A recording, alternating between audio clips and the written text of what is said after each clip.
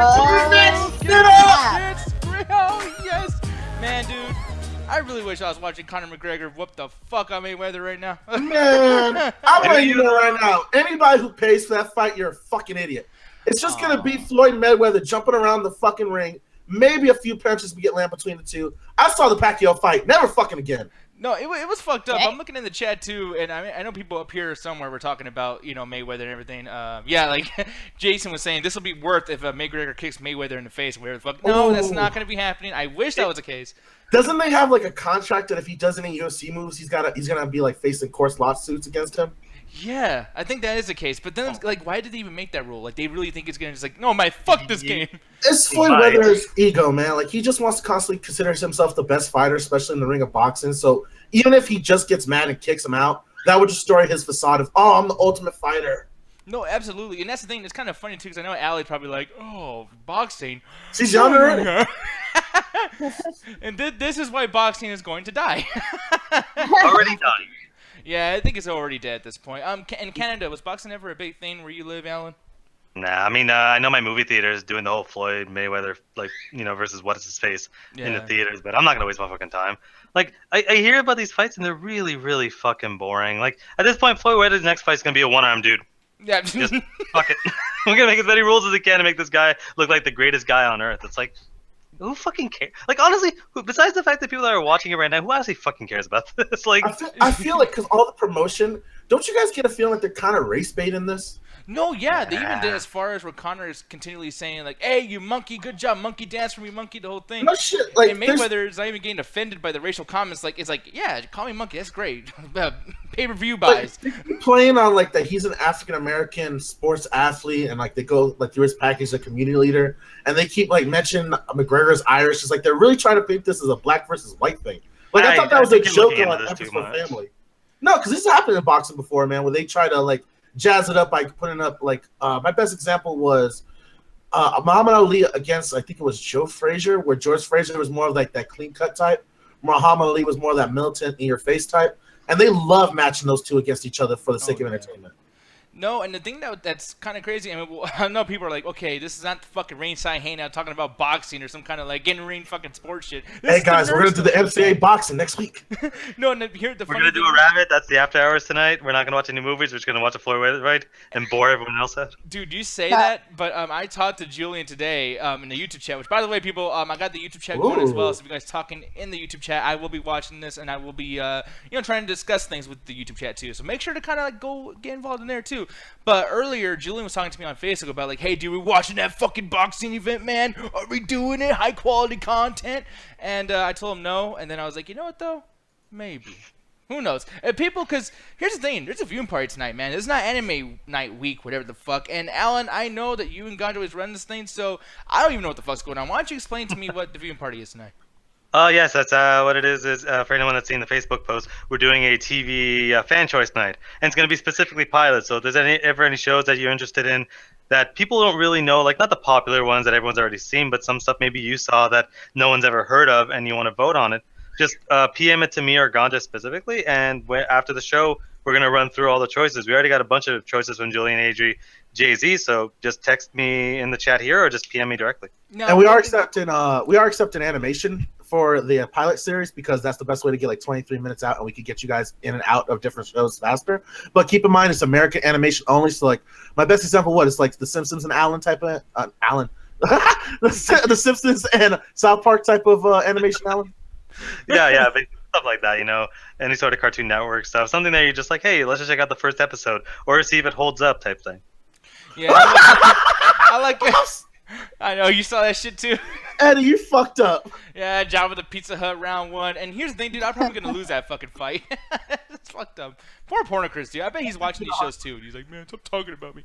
But here's the thing, though. You're talking about viewing party night and everything. And that's cool that you're going to be adding animations and things like that. That's fucking awesome. But here's the thing, Alan. I kind of dug deep into what you want to watch personally after the after hours. Dude, what the fuck is this shit? Me and you were mad this week. This motherfucker. This is not my fault. Ganja was telling me that there were like 2 lesbian M&Ms or some bullshit. So everyone was kind of like, what the fuck? So I'm like, whatever. Let me look into this. And what I found was the weirdest official Twitter I've ever seen for anything in my entire life. If y'all don't know this, look up the M&M's, like the actual candy M&M Twitter. It is fucking weird. They do all this weird bullshit. Like, show some of the other photos. They introduce, they have basically a bunch of the, alive M&Ms. And one of the ones that threw me off was the orange guy. So the orange guy is caramel. But then they released a caramel ad where they basically twist him in half and spread him across. So they basically just straight up murdered their fucking Oh, Jesus. Fucking killed him. Oh, my God. What you guys didn't know is ISIS developed the faction for M&M's. No, it's fucked up because they even had a side-by-side with this, too. And I'm looking at this right here. Oh, my God. Like, cause they had him like alive, like the orange one, kind of moving and doing whatever the M&Ms normally do. And I thought the weird green making the green M&M sexy was the weirdest fucking thing I saw. No, straight up brutal murder was on there. Like, this is the green M&M. It's like, stop celebrity hacking. It's like that implies she's naked right there. Hasn't they been sexualizing the green M&M since like the 90s? Like, I remember commercials where they had her walk into like Marilyn Monroe songs, and it'll just slowly go up her leg, and it'll just like M&Ms and just cut away. No, but the thing that's even weird too is like it gets to a point where like I don't even know what to say. Like, I mean, just looking at like I don't get this, Alan. Like, I mean, maybe you can just describe this in detail. There's a meme going on nowadays. It's like, oh, everyone else is living in 2017. This guy's living in 3017, like living in the future. And basically what this is, some normal guy's eating M&M, some guy's eating it in VR. Like, those 90s was here. This is like, man, he would love that. Yeah, man. On and on. Like, I think I spent like an hour going through that Twitter page. It's about all weird bullshit that they would be posting on an official Twitter. This isn't some fan-made Twitter. This is the official Twitter of M&M's. Well, even the Red Nose Day thing, and I don't know much about this because the last time I heard about Red Nose was Love Actually Part 2 happening or whatever the fuck. So, you know what I mean? Like, I'm seeing Marlon Wayans doing this, and I was used to seeing Andrew Lincoln from The Walking Dead doing stuff for Red Nose Day and everything. So I'm just kind of like, someone inform me what the fuck Red Nose Day is? Because I thought it was a day of remembrance for the lost jobs of clowns. Yeah, I was about to actually agree with you. I can't tell if that's a joke or not, because I'm confused, so it might be both. Yeah. It's weird, man. But, like, yeah, like, just straight up doing a fucking selfie with the M&Ms. Like, I don't know, man. Because this reminds me of something that's close to one of our toasties that we talked to many times, Wardair, doing the Nutella thing. You know, he's Mr. Nutella. I don't know if he got a for sure sponsorship yet, but Wardair has always been doing this, like, ever since I've known the guy. It's like been I 2 think years he now. stopped after he got an official shout-out from Nutella. They were like, yo, we love your artwork. And he was like, my life is completed. Goodbye. Yeah, and by the way, I'm looking at the chat. Bryce, yes, you did miss the high score, but there's always the midnight chat attack, and now he's gonna fucking run as fast as he can. Don't leave from our love, motherfucker! Come on, Bryce, stay here. We love you. We love Just you. because I hit you doesn't mean I love you any less. Yeah. Wait, what? You beat the fuck out of this guy? Jesus Christ. No, but here's the thing, though. And by the way, you look like the person that should be getting hit with that fucking Kathy Bates hairdo and the whole thing. But hey, man, it's always the ones that you don't suspect that are abusers. Hey, one day we'll get Kathy Bates on the show, man. And you can tell her you're her biggest fan. I don't know if there's any Impractical Jokers that fans joke was here. fucked up, but laugh. You chuckled. I saw it. No, but I don't know if there's any Impractical Jokers fan here. But it's like, there's this guy, Allie over here. Yup. You know how Q and Rosie O'Donnell have that whole twin thing? Oh, man, they had a funny skit where, like, it was like, you know how that in Family Matters, like, Steve Urkel turns into Stefan? Uh-huh. Like, they go into the machine. So Rosie O'Donnell came out of the machine. Yeah. That was a funny bit. No, this shit was hilarious, man. Like, Q and her look so similar. Oh, Jesus Christ. They do. They could be brother and sister. They really could, and I feel like we should do the same thing with you, Ganja, and Kathy Bates. So just have you right next to each other. Just hold hands and shit. I know. Ganja looking at the chat. No. Like, what the fuck? You know what's weird, man? In that photo, put it back up. She looks like a better looking. What's that fat girl that always does those shitty comedy movies? Rosie O'Donnell? No. The one from Spy. The one from the Ghostbusters. Oh, Rosie O'Donnell. Yeah, Rosie O'Donnell was in the 2016 Melissa McCarthy. Melissa McCarthy. There we go. Ali got it. She I looks really like like Melissa McCarthy to me. I don't know why. No, you're right, but we're only seeing it because she's fat. I mean, that's pretty fucked up, dude. But I mean, it's just the case. But Ganja, her name's Rosie O'Donnell, not Donald. She's not, fucking Man. Mr. McDonald's sister. Don't get me started. I always thought that Roseanne was the same person as Roseanne O'Donnell. Oh, Jesus. Like, I thought they were the same person, so I was like, oh, cool, she got a TV show, and now she's working with Disney. That's awesome. Dude, yeah, man. I love Impractical Jokers, by the way. Like, man, maybe we gotta make this one of those viewing party things. I mean, people in the chat, sound off if you guys are Impractical Jokers fans. I would love to. Like, Yes. I mean, technically it's a show. We could watch the first episode. It's not off the table. Ooh, the pilot. I'm there if you do that. Ooh, me too. How you know I'm there, shit. I fucking love Impractical Jokers. But here's the thing, people. Like, we are some impractical ass jokers as well. And if you guys want to get into the call and be impractical with us in a very impractical manner, I'm new at this. No. Break that hymen, baby. I know, it's bad. Well, I'll get better at this as we go along within the weeks. But here's the thing, though, Ganja Guru. Okay, when you get into the call, they have to do this by a certain way, and I'm going to go ahead and have you explain how they get into this call. If y'all gonna get in this call, you got to get in through the PM section, because that's the only way y'all gonna get those super sexy ass Google Hangout links, and it's gonna pop up right here on your right hand corner or right here on your left hand corner. I don't know how the system works. Right, just look around for it. It's gonna be flashing red, yellow.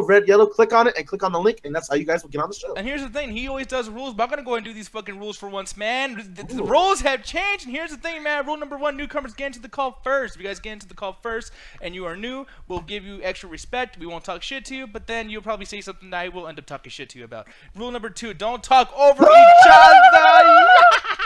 Fuck you. But here's the thing, you can't do that. Fucking Alan. Alan, start looking at the camera, Mom. Dang! Wait, what happened?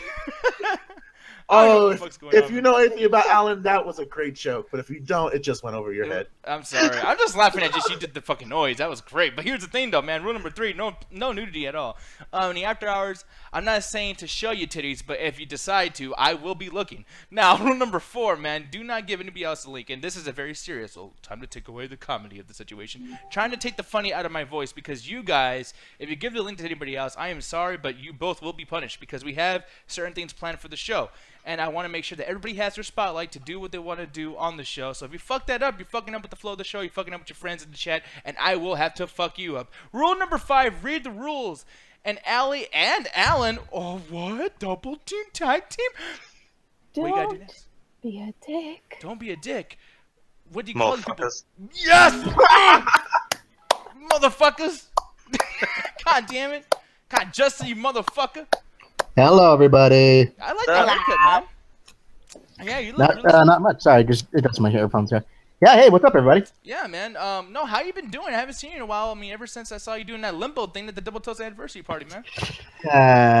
Yeah, I cannot wait to see how that looks in actual video, because see how much of a fool I made myself because of you, Alan, and everyone else who volunteered me for that. I did not volunteer shit, because I knew that if you lost, that you would send those shots to me, and I was not going to deal with that. It's not the word. You were conscripted for that mission. Okay, I was pretty sure Ganja volunteered me for that too. I'm just saying. I heard Ganja. I heard Ganja. Oh, I yelled that shit loud. I'll admit it, man. I was like, "Tell Yeah, him." you- and all I was doing, I was standing still in spot doing the Keanu Reeves thing. They're like, "Huh, Justin can bend. Let's get Justin up there." While you were doing that, I was hiding underneath because I didn't want them to recognize me. I was like, no, I ain't going up. Fuck that. I don't know this man. No, the thing is, I never said I couldn't. I'm actually surprised that Allie didn't join in on the limbo thing. I think that would have been like pretty hilarious too. Like Justin versus Allie limbo. Booyah! Let's do this shit. That would have been funny, but instead I had to go up against some other drunk girl. So. I really. Hey, you don't know that she was. Oh no, she participated in that shit. She was drunk. But here's the thing, though. What's my excuse, right? Yeah, I don't know. I'm sorry. You know, you're Forced labor, sir. Forced I still labor. can't believe they chose you though, because there's a good chance, like, if you lost, that they didn't give you alcohol and you don't drink at all. So I'm just surprised they picked you in general. Corey just spaced out because I remember we were talking afterwards. And like, Yeah, that's so what it yeah, was. hey, let's get your vodka shots, right? Justin's like, Martin was the one who had to remind him. It's like, you know, he's Mormon, right? Oh Yeah. shoot! Yeah, because I'm just like, wait a second, that's a thing like everyone knows. Yeah. You'd think so, but oh well.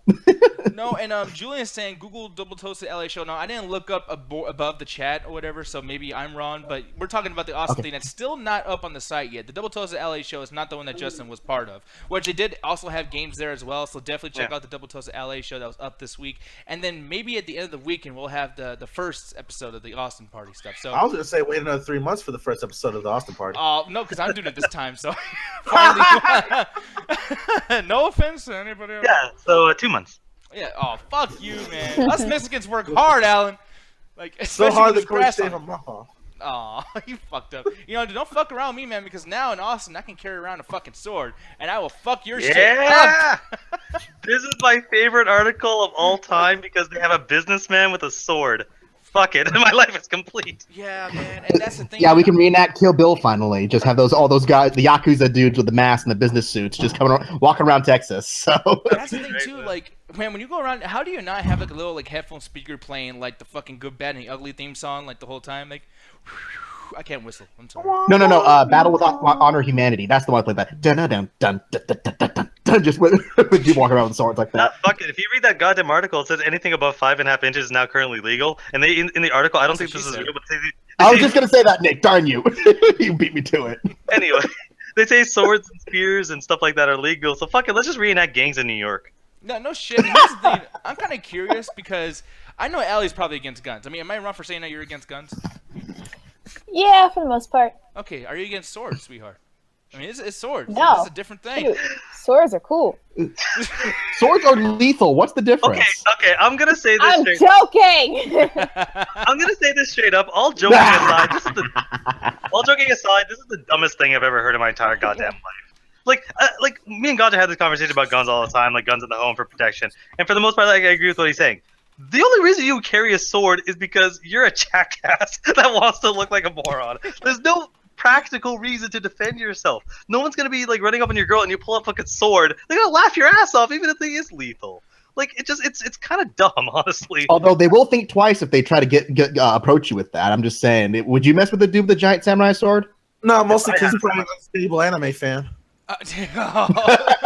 Yeah, he's not wrong. It's funny because I was having this conversation with Ganja like a week ago, and I was saying, how funny would it be if gangsters in cities just got swords and the Bloods in the Crib just went at each other with like fucking samurai swords and shit? Just say fuck it. Like just gangs are just using swords, and now this is legal, so fuck it, that might happen. I'll let you know right now, the cops ain't getting involved in that fight. Cops get claymores and shit. Yeah, no shit. I gotta tell you. They got swords. They can't reach over 6 foot distance. Fuck it, we'll drop a nuke. They got swords. No, man, I just love this whole thing that's going on, man. And I do want to see Bloods and Crips fucking going around with swords and whatnot. Look at this shit. Like, I mean, I want this to happen. You know, I want the police to go over there and be like, just like the fucking early 90s with the whole riots and everything. Yeah, you want like a scene out of Gladiator and shit. Apparently, or 300, dude. That could just be 300. Fuck it. Yeah. Oh shit, man. No, I want to see that. That'd be like, this is San Antonio. like fucking 300. A bunch of fucking left-wing protesters. Yeah, man. I mean, I don't know, dude. Like, the way I'm thinking of this, dude, I'm actually thinking of that fucking, that fight scene from Anchorman. Like, I don't know if you guys remember this. Oh, yeah, I remember that. Yeah, look at that's amazing. All these, like, melee weapons and everything. This is, like, one of my favorite parts of any kind of comedy. Even, it's like... so random. It just goes from a comedy to, fuck it, we're just gonna fight. Yeah, exactly. People get murdered in that, too. Like, they don't shy away from killing people in that scene. Yeah, it's pretty intense. And then, like, right afterwards, I remember, like, you know, they get into the office and, like, Brick is just kind of like, oh, well, that happened. Like, you know, just... Oh, man. That escalated very quickly. Yeah, Brick, you might be wanted for murder now. Just saying. And they gloss over that, too. Cause does that ever get brought up again? Yeah, they did. In the second movie, they touch it for a second. He's like, did we just really kill all those people? God, So shut what up, kind Brick. of phrasing was that? Ganja fucking, like, they touch it for a second. Like... They touch on it for just a second, man. That's what she That's also what she said. Yeah. Ah! They touched... No, you know what? Just never No, mind. you can go to... No. Bad boy. Hey, you know what I'll touch for a second? This fucking sexy thing right here. How do you fucking Eminem? Oh man, no, Eminem is fucking sexy, man. She's a Slim Shady. Anyways, Well, you put the cream inside the chocolate. Just saying. So. man, Alan, I know, man, that was rough. I know Ganja's still confused over like that. I thought that was funny, and I'm confused too. And we're not the only ones. Hey, man, Cornbread's and 8 Mile, we all get confused about our properties. Ooh, that's don't. Oh god, that Corey was mad at you. Oh, what happened? All right. Yeah, you tell it. All right, I'm going to tell my version, but I was extremely intoxicated, and I want Alan to fill in the holes. So basically what happened... Want to fill the holes? You heard me, Alan. Fill in those holes, boy. Anyways, so basically what happened is we're hanging out with Corey, and it's around the anniversary party, and I'm basically telling him why I call Rashad Cornbread. And I had fucked up and forgot the movie name. And I was like, yeah, man, so you remember that prison scene with those black guys in 8 Mile? Yeah, so when that part he's acting eating cornbread, and Corey just started, hold on. Did you just say that there was a cornbread in 8 Mile movie? There's not even a scene where Slim Shady eats cornbread. What the fuck are you talking about? Yeah, it's in life is the one you're thinking about, like, right? Yeah. Yeah, because 8 Mile. Wait, so what's the movie called? Is it Life. called Life or is it called Right. Green Mile? Yeah, that's the one with Eddie Murphy, right? And Martin Lawrence. Yep. Okay, because I think Gaja was talking about Green Mile, but he Oh, because the thing is, he kind of like, because Corey's just like, what? There's not even a scene where he eats it. You just combine 2 different things and just said whatever the hell you want on the top of your head. Like, I wish I remember what he said, because he goes on. It's like, oh man, you just described he described the plot of Mary Poppins and said, yeah, X-Men. Like, No, Yeah. he was like, oh yeah, man, you know that gangster movie with that one Italian dude, and they're talking shit, and they got a family. Yeah, man, Soul Train, that movie. like shit like that, and he went off and on for like 5 minutes because it's just like, Ganja, this shit's getting to you, man. You gotta stop. Stop smoking that shit. Although now I do want to see Eminem rapping with cornbread in his mouth at one point. Just or something. my palms are sweaty. Yeah. Clear the Mom's cornbread and spaghetti. You beat me to it. I was gonna get ready, and then you're like, I'm gonna go in. I'm just saying, man. Like, no one's better at appropriating black culture than me. Like, Oh dear lord. hi, Us Allie. boy. Clearances hip hop. We know how to steal it properly. Right now, Allie's looking for other podcasts to join. Seriously. She put her ad out on We're doing Craigslist that right now. Nah, she's on So, Tinder. Allie, what do you think of cornbread? No. She's on Tinder trying to find another podcast. Oh, What? I got a match. No, man, but yeah, man, no, but cornbread, yeah, Ganja, you need to stop doing that shit, because Rashad, man, he's gonna come after your ass like this, like, hey, motherfucker, I said stop. At this point, I think he's just gonna force feed me cornbread when I see him. The thing is, And honestly, I don't think you blame him. Say it again, motherfucker. I don't want her. Say it again. And then you go, and then I'm just in the corner going, this is actually really delicious. yeah, no shit, right? I'll eat 50 of them, motherfucker. And I was saying in the chat right now too. I know we're all over the place, sort of. But the thing is, I'm looking at the YouTube chat, and it was just kind of funny. Let's just all give ourselves a round of applause that we actually talking about Melissa McCarthy. We're probably the only people in the world talking about this woman right now because she's so irrelevant. Like, you know, Melissa McCarthy. Hey, say what you will. She had a banner year with SNL doing the whole what's that dude's name? The press conference guy. Oh yeah, that guy, that was great. Sean Spicer. Yeah, that's been her big thing lately. So she's still around. She's still relevant. Wow, she was doing that. That's actually kind of because I saw that scene. I did not know that was her. Like, that's awesome. That's why she got an Emmy nomination for it. She was that good. Yeah, because she was actually funny. And that's why they fired Sean. Okay, but let me ask you this, Justin. If you're Well, Yes. I mean, because we are talking about movies somewhat, and we'll get into movies later on at the end of the show, because we're about to like segue into video games. But since we just have her on screen finally for once, or at least her name, who's better, Rev Wilson versus Melissa McCarthy? Who do you think is more entertaining and deserving of her spot in Hollywood? I've yet to see Rebel Wilson in a movie that proves she has acting ability. Like, she can be humorous, she can be kind of funny, but I've never seen her like act well in anything. Because what she's been in Pitch Perfect, she was in Pain and Gain. Bitch, perfect. You know what I said. I heard it too, Nick. I've at least seen Melissa McCarthy be good in movies. Like St. Vincent, if you ever saw that film, she was great in that. And then she got an Oscar nomination for Bridesmaids, which, you know, say what you will about that. But Why? That was nominated for a fucking Oscar? it was nominated for 2 Oscars, man. Oh, but I'm just Jesus saying, like, Christ, fuck they at did. least Melissa McCarthy shows she has range. She can do drama and comedy. Rebel Wilson, she just does fat jokes. Yeah, Yeah. Rebel Wilson, I'm looking her up because I didn't know her by name. She is the least funniest person I've ever fucking met. And I know myself. Yeah, the only thing that's funny about her is that she's Wait, what? No, he just insulted himself really fucked up. Why? He's like, oh. poor guy. No, but go ahead, though, Justin. I'm sorry, man. She probably sings as well as you do too, but Jesus. Fuck you, but- man! Oh, I bet I'm Alan can kidding. fucking do limbo better, motherfucker. No, just Hey, Justin, You probably fuck you, can, man. I don't Alan deny showed that. us a whole new world. He took me Well, on I a will magic say- carpet.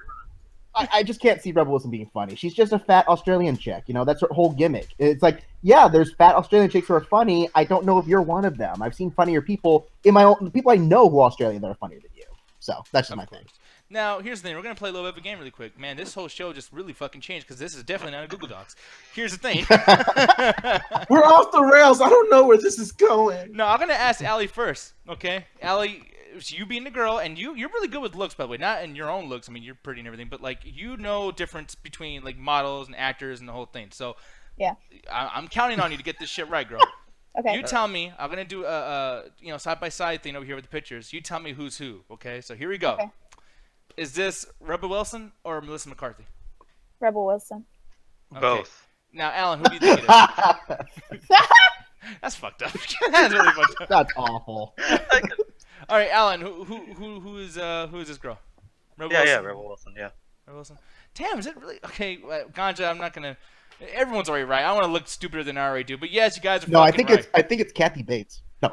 Aw. She's right there in the corner, in the back. No, but yeah, I guess you guys are right. Maybe I was being very rude in thinking that they looked that similar because this is Melissa McCarthy, really. this is Rebel Ooh. Wilson. Yeah. Damn. Yeah, they don't look alike at all. Wow, they So- found the most unflattering photo they could have. Jessica McCarthy. You're confusing your white women. I'm very disappointed in you, Alan. Jessica McCarthy's a white woman. It's gonna be in a Hocus Very Pocus different. remake. No, and I forgot her fucking name. Anyways, but like I'm looking at this chick over here too. She looks like the lead singer from fucking Seether, that rock band. So I mean, hopefully anyone else knows man. what the fuck they are. In that photo, she looks like a witch that you run into in the forest, and she's about to change into the creature version and shit. Oh, it's fucked up. All Man. right. I'm trying to find a picture of Seether. What are you talking about, man? I'm looking at this. I don't see anything. Like here we go. Like this is Sean Morgan from Seether. Now that versus this, they're related basically, man. I mean, come on. The same. Oh, not her. God. You're confusing again. I got so much saturated fat on this fucking screen, dude. Jesus Christ. I could feel my cholesterol level rising. Oh man, she's just like, yeah, it's tasty, right? Goddamn, Ganja, enjoy this shit. No, but anyway, I'm so sorry, man. People, we don't do this very often. No, we fast shame on a basis occasion. We try. Wait, but, Wait, what'd you say, Alan? I was gonna say we've done this before, just not on the show. Of course. Oh, that's fucked up. But here's the thing, though. Let's please segue because I feel like we're just earning our ways into hell really fucking fast. Now, on the subject of fatness, let's talk about the stats of a particular video game that's coming out. And Alan, you freaked the fuck out when you saw this, sir. Final Fantasy 15, gonna be on PC, and for one, just starting off, 170. Wait. gigabytes. Is that right? Yeah. Yeah, that's Yeah. right. Oh my god. And I know why you're freaking out because when I think it was last year when they fucking talked about this, they're like, we're considering the PC version. It's like that means you're never gonna work on it. So the fact this came out, I lost the bet to 90s because I said they're never gonna make a PC version of this game. But yeah, the stats of this are ridiculous. The fucking download site for the game is 170 gigs. Yeah, it's fucking insane. I don't know. Why Imagine they did that on physical. Imagine that'd be like 10 DVDs. Yeah, but Jeez. here's the thing. Let's talk about more of the fats that are on this fucking thing here. I mean, dude. GPU fucking RAMs, 11 gigabytes of VRAM memory that you're gonna have to be using. That is fucking insane. I got That's not onboard RAM. That's not RAM you buy from RAM6. That's RAM from your video card. Yeah. And apparently the only one short of a $10,000 card is the GTX 1080. It is ridiculous how they just fuck it. We're just gonna put as many specs in this so 4 people can actually play this at 4K. So you're gonna need Pentagon level computers, pretty much, right? Yeah, for the most part, it's a computer thing where it's I have to upgrade to run that. But the thing is, that's not just to run the game normally. That is 4K 60, the highest stats you could possibly do right now. So it makes sense. But these are ridiculous because I don't have the image in the docs, but we looked up Star Citizen, and Star Citizen takes 4 gigs of VRAM. This game takes almost 3 times as much as it takes to run Star Citizen. Yeah, and I mean, I'm looking at the chat right now too. Julian's saying yeah, it's gonna look really fucking good though. I bet in 4K, which I mean, that's to be expected. Yeah, it should. But at this time of age, I mean, dude, we have these, the PS4 Pro now. Granted, technically it's not 4K. People are starting to figure out okay, these motherfuckers are lying with these consoles. None of these are fucking 4K. But at the same time, it's dude, I don't think we really need 4K that bad. People are already playing the game and enjoying it. Why the fuck do I need to get a computer that's dude, my computer, it does not have these stats, and I spent more than $5,000 on this fucking thing. And Yeah. I say I got this with a sale. This actually was $7,500. Imagine that you had to spend more than $7,500 to get a fucking rig that can play this, and you could just get a PS4 instead, $400. Yeah, it's the thing. It's one of those things. I don't know how they're actually going to be able to pull off the visuals because the game's already made, so I don't know if it can look any better. And also, it's gonna be like The Witcher or some of the other games. This game is designed to melt your PC. It's something to benchmark. No, wait, The Witcher could do The Witcher was really that bad as far as requirements goes? Because I didn't. No, not bad as far as requirements. When I say there are certain games that are just straight up made to be as visually stunning as possible, so that you can use them as a benchmark for your PC. And The Witcher took a lot to actually run it. Like you can run it, relatively easily if you have a 1070, but it's one of those games that melts your PC. And this thing is literally designed like you put it in there to benchmark your fucking system. Like that's probably the only reason they're pumping up the stats so much. Yeah, no, Ganja. I mean, you're a guy who, I mean, you probably don't know a whole lot about, terminology as far as computer specs, things like that. But like, you have a pretty nice rig yourself, and I know you were planning last year around the summer that you're gonna get a new Alienware computer. Is this something that you're gonna prepare for, or you're like, dude, fuck it, I'm not gonna win that battle? Like, and I learned a long time ago that you're never gonna keep up with the brand new games that are coming out for PC, because I am not about to drop 12,000 plus just to get it upgraded and possibly not have my actual case fit any of the material. Like, just seeing all these requirements, like you made the joke that a Pentagon computer could run this. Bullshit. They still run on an old ass fucking Macintosh over there in the Pentagon. Yeah, because they got a fucking brand on it. Like, you need some fucking Elon Musk computer that's trying to predict if this is a parallel universe or some shit. It could do that in the background. There's enough fucking processing power. Yeah. Like, my thing was, like, they should just get in a sales deal with Alienware and be like, hey, you want a free copy of Final Fantasy? Buy our new version of Alienware and just sell that shit together. Yeah, and I mean, Julian, I know he was probably like, because Julian got scared when he said that, Ganja. He was like, $12,000, what the fuck, man? But like, that's the thing, it's like, it probably won't be $12,000, but the thing is, like, we're starting to rise up every single generation of video gaming. Like, dude, I swear to God, like 5 years ago, you could probably get like the newest, most badass computer for about $4,000, $5,000. But if you notice, every single time a new fucking console generation comes up and the new computers want to do something new, it goes up by like $2,000. And like I'm telling you, that $12,000 price range is going to be a thing like by 2020. I guarantee that shit. Like, it's fucking like, like. And me and Alan have fought many times about consoles versus PC gaming, and I feel like PC gaming is the way to go. But this kind of shit's happening. Alan, you might have won this argument, dude. I feel like the consoles is the way to go at this point. Especially on a mainstream game like Final Fantasy. Like, this is what I don't get. Like, correct me if I'm wrong, but is Final Fantasy still turn-based combat? Nope, not this one. So the new one is going to be actual, like, direct contact. You actually control the action. Yeah, it's not like Final Fantasy 15, it came out on PS4 already. Like, it existed. And, yeah, like you're saying, it's direct combat. It's real-time. That's the only reason I played it. It's a great game. Yeah. All right, because I was thinking, like, why the fuck all this graphic look, all this great design for a fucking menu fighter? Yeah, it's fucking ridiculous. But I still don't get it. Like, is it worth it? Like, the visuals, like, from you playing the PS4 version, do you think it's even worth getting the PC, or is it already beautiful as it is? It's beautiful as it is. That's why it throws me out. Because, like, if you play something like Grand Theft Auto that was made on the 360, like Grand Theft Auto 5, when they released the 360 version, it looked as good as it could, and they released the PS4 version, it looked incredible. Same thing with the PC version. But they made, for the most part, this game on PS4, so I really don't think you can jam as much specs into that thing as possible. I really don't think it's going to look that much different than the PS4 version. It might run smoother, but I doubt it. Now, I'm looking at the YouTube chat really quick, and 90s is actually in the call right now, and this is the guy that we always argue about video games and everything. His name on here is your boy, and he's saying the minimum specs, though, Nick. Now, minimum specs, I mean, that's something that we all know that maybe most of us can probably end up playing, right? But when you get a new game like this, especially a game that's like $60, and this is like a special edition, I think it might be even more expensive, because I'm looking at the special edition box set over here. It says, or it doesn't even say anything. It's just like, hey, look, it looks amazing. That looks like it's expensive. That shit looks like it's $80. You know what I mean? Man, me and 90s were talking about this the other day. We were making the joke that they should have, for the special edition, like the collector's edition, the game should just come on an SSD drive. Yeah. Like, fuck it. They're expensive enough, like $200 for a 200 gig one, and you can just put the game on there, install. Fuck it, just install the SSD, you're done. Yeah, and 90 is saying, like, they're not out yet, but they'll be extremely lower than this, which, is something that's kind of obvious. And, I mean, you're right. Maybe we're just making a big deal, and maybe that's what made this actually a story, is the fact, like, yeah, Final Fantasy 15 is coming out again on a different platform. And everyone's like, okay, yeah, well, we already seen it. And it's like, oh, no, but it's fucking impossible to run. Oh, shit, let's talk about it. You know what I mean? Like, pretty much. It's a selling point. Now, here's the thing, though. It's going to be the new Crysis.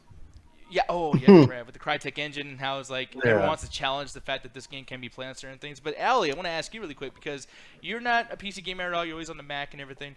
Does this kind of deter you even more so away from the computer gaming thing, or because of the graphics being so nice, you kind of want to get into this now? Oh, I've always wanted to get into it.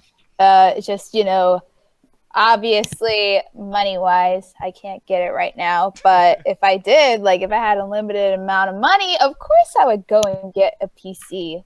No doubt about it. Now, Final Fantasy 15, you've seen the gameplay on PS4, right? Yeah. Is that something that you feel like is necessary to up the graphics, or were you pretty satisfied with the way it looked? I mean, I was pretty satisfied with the way it looked, but if it can look better, like, I'm all for it. I mean, you know me, I'm a person that, like, graphics is just, like, number one to me in a video game, because I just love to see, like, how far the developers can push to make something, like, absolutely amazing. To see the amount of detail they put into the work is just, it makes the immersion a little bit better, I think. So, hey, if this game can be, like pushed to even like more advanced graphics, like sure, why not? Yeah, man, and this game does look fucking beautiful. Like I don't see what the problem is. Like I'm not looking at this and saying like, yeah, I can't wait to see how it looks better. I'm like, do you want them to be real people at this point? Like I don't know what the fuck you guys want out of this franchise. It's fucking Final Fantasy. I mean, people are still liking the old shit. Like I know X7 was re-released, right? Didn't that come out recently? A remake. I think Final Fantasy 7. They did a remaster, and they're doing an actual like full 3D version that's coming out in the next 40 years. Yeah, with Square Enix, you never know. They just say it comes out when it comes out. They'll have the same release day as Kingdom Hearts 3. Yeah, exactly. And but that's the thing, man. I don't really know. Final Fantasy 15. It's the same old shit in my opinion. But now it's time for some new shit, and I've never heard of this, Alan. I'm going to go ahead and have you kind of start this off, too, because I want to get your opinion on what you think of Biomutant, man, because here's the announcement trailer over here. And, I mean, it looks like Rocket from Guardians of the Galaxy just finally got his own fucking game, his own franchise to do. It does. That's kind of why I looked into it. Like, I'll put the trailer in case anyone wants to take a look at it. It was one of those weird things. I just kind of, like, saw it as I was looking through trailers of GamesCom. Like, what the fuck is this? And it's just like, yeah, you just play as this weird raccoon. I like to think this is the Blinks the Cat 3 that never came out. Because it looks just like the fucking guy, and yeah, it's just this kind of weird, interesting game where he just plays this weird raccoon thing, and you go around fighting guys. It's made by the same guys that made the Mad Max and Just Cause games, so it looks really, really interesting. And yeah, they have like 11 minutes of gameplay. It looks like a lot of fun. It's a new IP, so I'm always interested in that kind of stuff. So Nick, have you looked at the trailer yet? No, I looked at the trailer somewhat. I haven't looked at the gameplay, and I'm about to look at that right now as I'm talking. Okay, because my reference is just for the trailer. Does this motherfucker look like just a raccoon version of Solid Snake from number 5? Dude, yes! Yeah. You were not even wrong. Yeah. He has a solid eye. Furry pain. It'll be the MGS5 we never got. No shit, I hope. Oh god, please. No, fuck you guys, man. Metal Gear Solid 5 never happened, right, motherfuckers? Like, You're no, right. I agree. That's dude. Nick, I look down on people that put on reviews for video games on like Steam and shit. Because I'm like, what time do you have to waste on a video game? And I learned with Metal Gear Solid 5 that sometimes you just need a fucking vent, and that's what that comment section is there for. And that rating system. No, yeah, that thing was ridiculous. Now, Justin, I'm actually going to ask you, I'm going to bring you into the conversation, because on top of like talking about this particular gameplay trailer and everything, do you see what we're talking about as far as the Metal Gear Solid thing and MGS5 was terrible, or no? Because I don't even know if you're into that franchise. Yeah, no, I love Metal Gear. I still have not finished Metal Gear 5, to be honest. I got to the point where I'm like, okay, I have plowed through every single possible side mission. I'm barely making it through the main missions. I got stuck in that bit when you have to, the freaking ghost monster, like whatever those like those superpowered agents are that like they have like the dust particles that come off of them. Mm-hmm. Are you at the part where the plane, where the plane crashes, or? No. It's the part where you're trying to sneak through the village and you're trying to either kill or subdue the those ghost guys or whatever, the skulls, whatever they're called. Yeah, that got so repetitive after a while. And that just got frustrating because you can't stun them with the level that you're at, even without doing all the side missions. I'm just like, it's so freaking hard to do this, and it's sad because I actually think it's one of the best playing Metal Gear games ever, like gameplay wise and gun wise and that stuff. It's one of the best designed games. It's just, it's got these weird difficulty spikes, just like any open world game.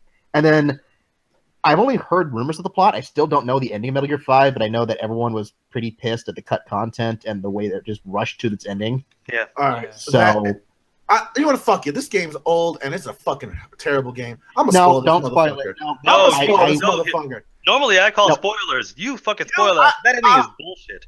That ending is fucking bullshit. I want to experience it. I still want to experience it. Dude, you're gonna be mad. This is like some. He's trying to let me be mad. Let me vent. Let me be the comment section. It's not even worth your time, man. You're trying to go to Iraq and Afghanistan. I'm letting you know it's a hellhole. Don't go. Okay, actually, Justin, take your headphones off really quick. Just give us 1 minute. I need to hear this shit. And people in the chat, starting right now. Okay, Gotcha, you go. Basically, what happens is you've been playing a character that was Snake's bodyguard. You were not playing Big Boss or Solid Snake the whole goddamn time. So somehow, this side dude that was your bodyguard has the same skills, capabilities, and memories as Solid Snake and relationships with other people just like Solid Snake. Okay, this is not the best part. When you actually discover all this, it's from a fucked up flashback with a weird philosophical quote around about what makes a person and what is humanity. And that is how the game ends, my friend. Fuck Metal Gear Solid 5. No, you're missing out the best fucking part. Oh, continue then. I forgot. No, okay, because he's talking about a situation in which the game happens where it takes a place, it's a sequel to another game, and what happens is a rocket launcher blows up your fucking helicopter. And I swear to God, they retconned what happens in the helicopter like 4 different times. Like, there are characters that you see visibly get murdered that come back to life, like, hours into the show, or into the game. They have a number of people in the helicopter that significantly increases and decreases on which flashback you're on. Just so you can't tell who the bodyguard is. Yeah, and because the thing is, the bodyguard pushes your character out of the way, takes it, and apparently, like, gets plastic surgery to look identical to you. And the thing is, what the game implies is that everyone knows except for the main character. Sorry, everybody knows in the game that you're not actually Solid Snake, except for the playable, except for you, the audience, because they keep saying that as the game goes on, but it doesn't make sense to you until you actually beat the game. It is the biggest waste of fucking time. Now, before, I would love to respond to everything you said, and that sounds awful, but we are done with the spoilers. Justin, can you hear us?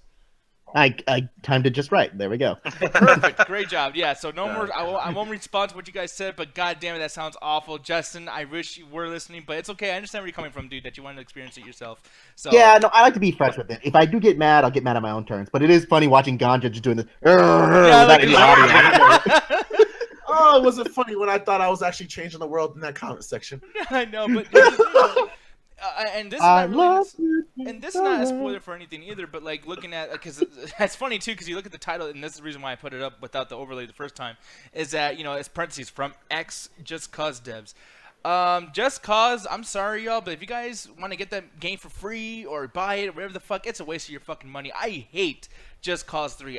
It's one of those huge, potentially amazing games that it just kind of like lost itself at the gimmick. They're just like, hey, you can do whatever the fuck you want, so why should we put any work into it? You can do whatever you want. It's one of my big problems with open world games is that they give you freedom, but there's only so much freedom without actual structure. You know what I mean? You need to have momentum and something to push you forward. Otherwise, all you're doing, it's just a sandbox. You like playing the sandbox for a little bit, and then you just get bored. Yeah, like people call San Andreas a sandbox game, which they're right. It's definitely a sandbox game, San Andreas. But in the San Andreas sandbox, there's a ton of shit in that sandbox. There's slides, there's fucking whatever. It's a great sandbox. Yeah. Exactly, but you get something where, a sandbox with nothing in it, it's just a bunch of fucking sand, and it sucks when you get out of it, and you got sand up on your ball sack and everything. You gotta, like, fucking just move your body around to get it all out, man. But, sandboxes aren't really all that great. What the fuck did you do in a sandbox as a kid? Really fucked them. Well, dude, I didn't wear fucking tights. I had fucking shorts on. It goes up in there, man. But here's the thing, though. I'm sorry, dude. I'm a sexual deviant, even at the age of 2 months. But here's the thing, though. I mean, it's probably soft sand, so I guess he had a good time with it. I don't. No. I don't want to go down there. No, let's continue on, Justin. What's next? But you know who else has sand in their balls? This fucking guy. Here's the thing, man. This character looks cool. I like the trailer. I didn't see a whole lot of the gameplay, and I'm gonna look at that right now as we're talking. Because Alan, I want to get your opinion. Like, what you feel about the gameplay as I'm gonna look at this right now. That's the thing. Like, I was kind of interested in it. It looked a little slow, but I'm just kind of curious of what it is because it's a mix of gunplay and actual sword stuff. But you also fight the cool bosses. Like, fighting the individual enemies was lackluster to me. But actually fighting the big guys, I was like, this is actually a lot of fun. This reminds me of Witcher, like, a lot, and in a good way. So it's one of those things where it's like, I'm just kind of glad that it's something new, We don't get to see that much in the video game things, and people complain about that. So I hope people end up supporting this, because this looks like a lot of fun. Yeah. I don't know why. For some reason, it looks like, do you remember that game WildStar that came out a few years back? WildStar. No, I don't, but go ahead and discuss it really quick. I think it's that one game. It was an online game where it was full of like in-jokes and emphasis, but the main character is a cat, kind of a cat-like creature like that. It was a big MMO. So I don't know. I'll look it up. Yeah, I look at this stuff. I think so. Yeah, it was a while back, and this isn't probably the same exact one, but similar idea. It just gave me that kind of vibe, but more structured and more, polished in that sense. So Yeah, because the thing is, and I'm looking at other gameplay things here. yeah, that one right there on the chat. So On the chat, okay, yeah, and that's what I'm looking at right now. It kind of feels like it kind of put something like a Horizon Zero Dawn mixed up with the Dota 2. That's what WildStar looks like in my opinion. But this other game that we're talking about, I forgot the name of it again. What's it called? Biomutant. Biomutant, yeah. This looks like Horizon Zero Dawn as well. The only problem is, I feel like they showed the worst part of this game. And this is the same thing same issue I had with the Fortnite gameplay trailer, where they show the tutorial stuff. And granted, that you don't want to ruin, later parts in the game. They want people to experience things. I mean, just a big example of that was Justin right now saying, "No, let me be mad." Don't warn me of the shittiness. But man, when you see tutorials in games, it's just not a good gameplay trailer. Like sometimes I'd rather not even see gameplay. And I know this sounds crazy. I know people are gonna be like, "Nick, well, what the fuck do you want then, dude?" Because sometimes you get mad when you don't see gameplay. But if it's shitty gameplay, you might as well just not show me then. Nick wants to go back to that day when you go to the rental store and just look at the box cover and go, "I want to play that." Yeah, no, and that was I played fun. a lot of shitty games because of that fucking bullshit. Exactly. Yeah, but like this over here, man, like you might as well not show me gameplay because this, like, okay, you can walk. Like honestly, man, before I saw this gameplay trailer, I pretty much assumed that you'd be able to like walk and close doors.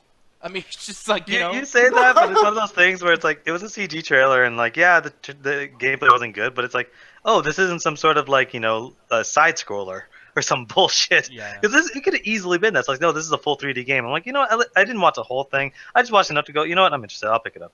Yeah, and this kind of looks like a Ratchet and Clank type of thing too. It's like Just Cause, obviously, because the developers were in there, and then Ratchet and Clank, and then Horizon Zero Dawn. And I'm getting worried, man, because Horizon Zero Dawn was so good. We're about to see a shitload of copycatters, just like we did with Overwatch.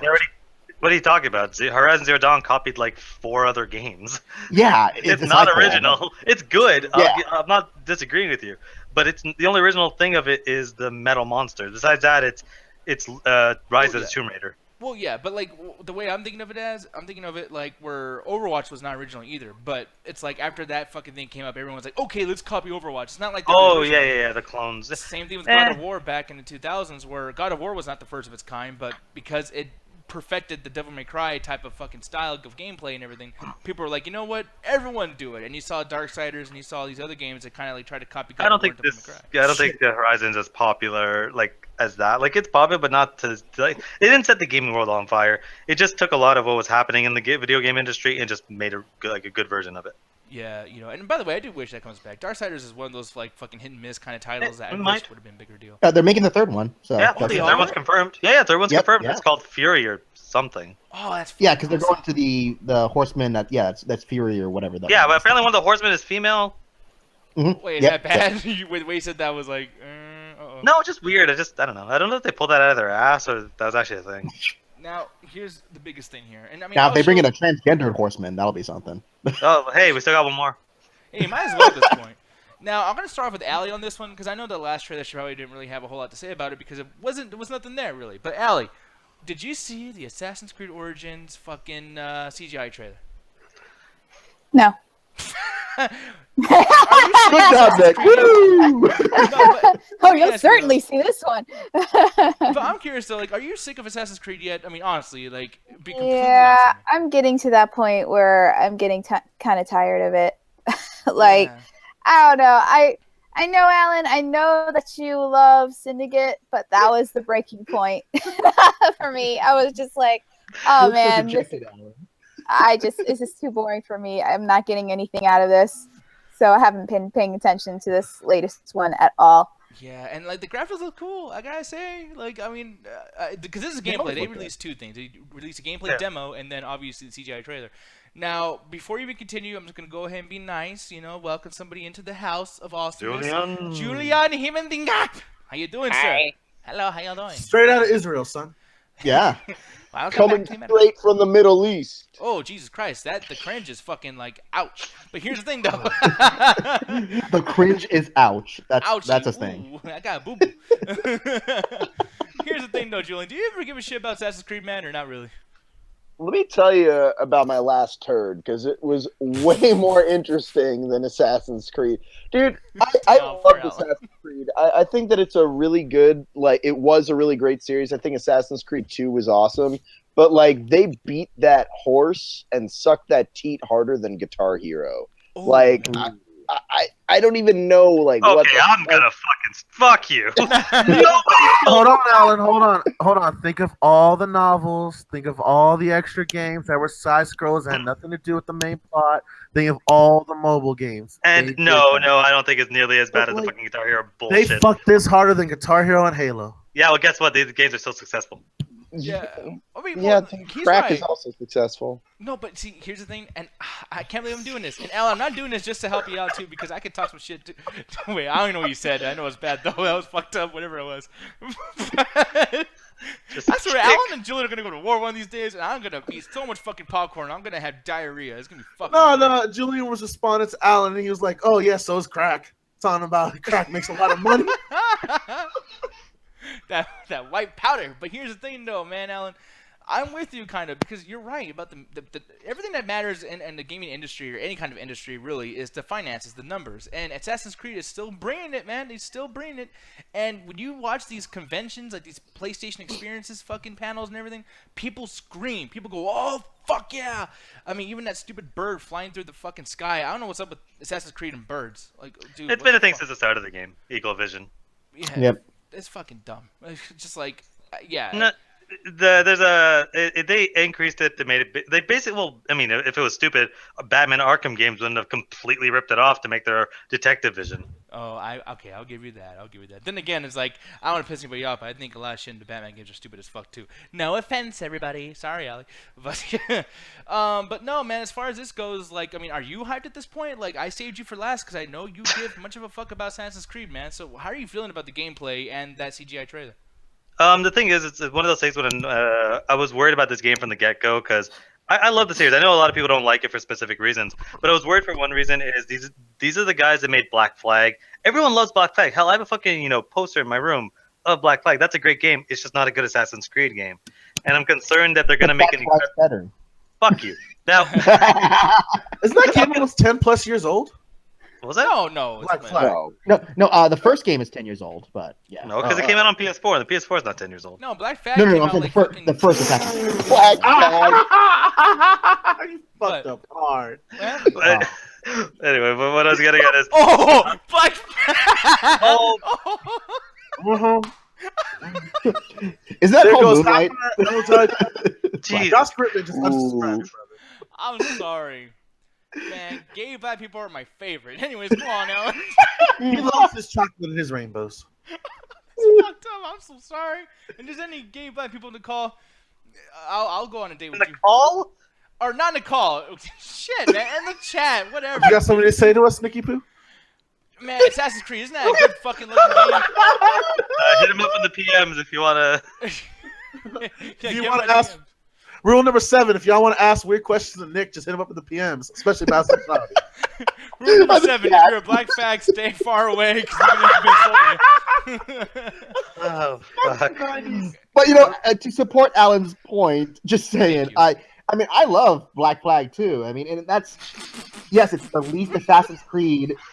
I did not say that. I just Oh, I know, but that doesn't stop God from laughing his ass off. okay, but Just say Assassin's I'm Creed. gonna say Oh, that. no. I mean, I was being flippant just to piss you off a little bit, Alan. But in all seriousness, I think that's why I love Black Flags so much. Jesus Christ, just call it Pirates Creed. Everyone's gonna know what you're talking about. Conscious. Yeah, Assassin's Creed 4. I like it so much because it's the least Assassin's Creed. Because that formula sometimes gets a little redundant. It's not that it's bad. It's just that it's so copy and paste the way they do it. So Assassin's Creed 4, I'm going to stop saying that now. At least it did something different. It did something new. And this looks like, at least this new game in the CGI trailer, the gameplay, it's something different. It's Egypt. It's the way the combat works with the shield and all that kind of stuff. I'm intrigued. I'm curious.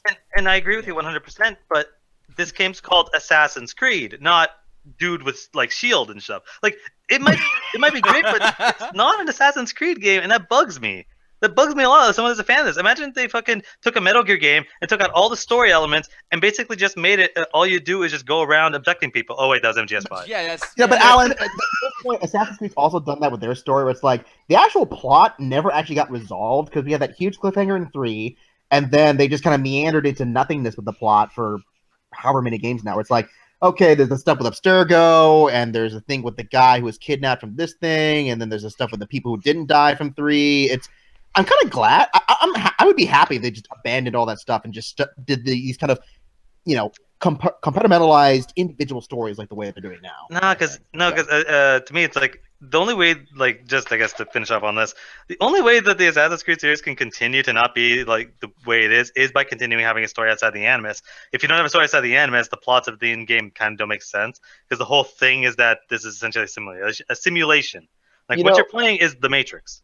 Yeah, Basically. but I remember playing the first one, and I was always like, man, for the second one, what they should do is just take this guy, Miles Davis, whatever the fuck his name is, and like just set it in modern day. I was like, man, this would be so cool. Imagine him with a gun and all this stuff. Like, I think that they went so far off the deep end. They're just recycling the same shit over and over again, and which means I think you're going to be happy with this one, Alan.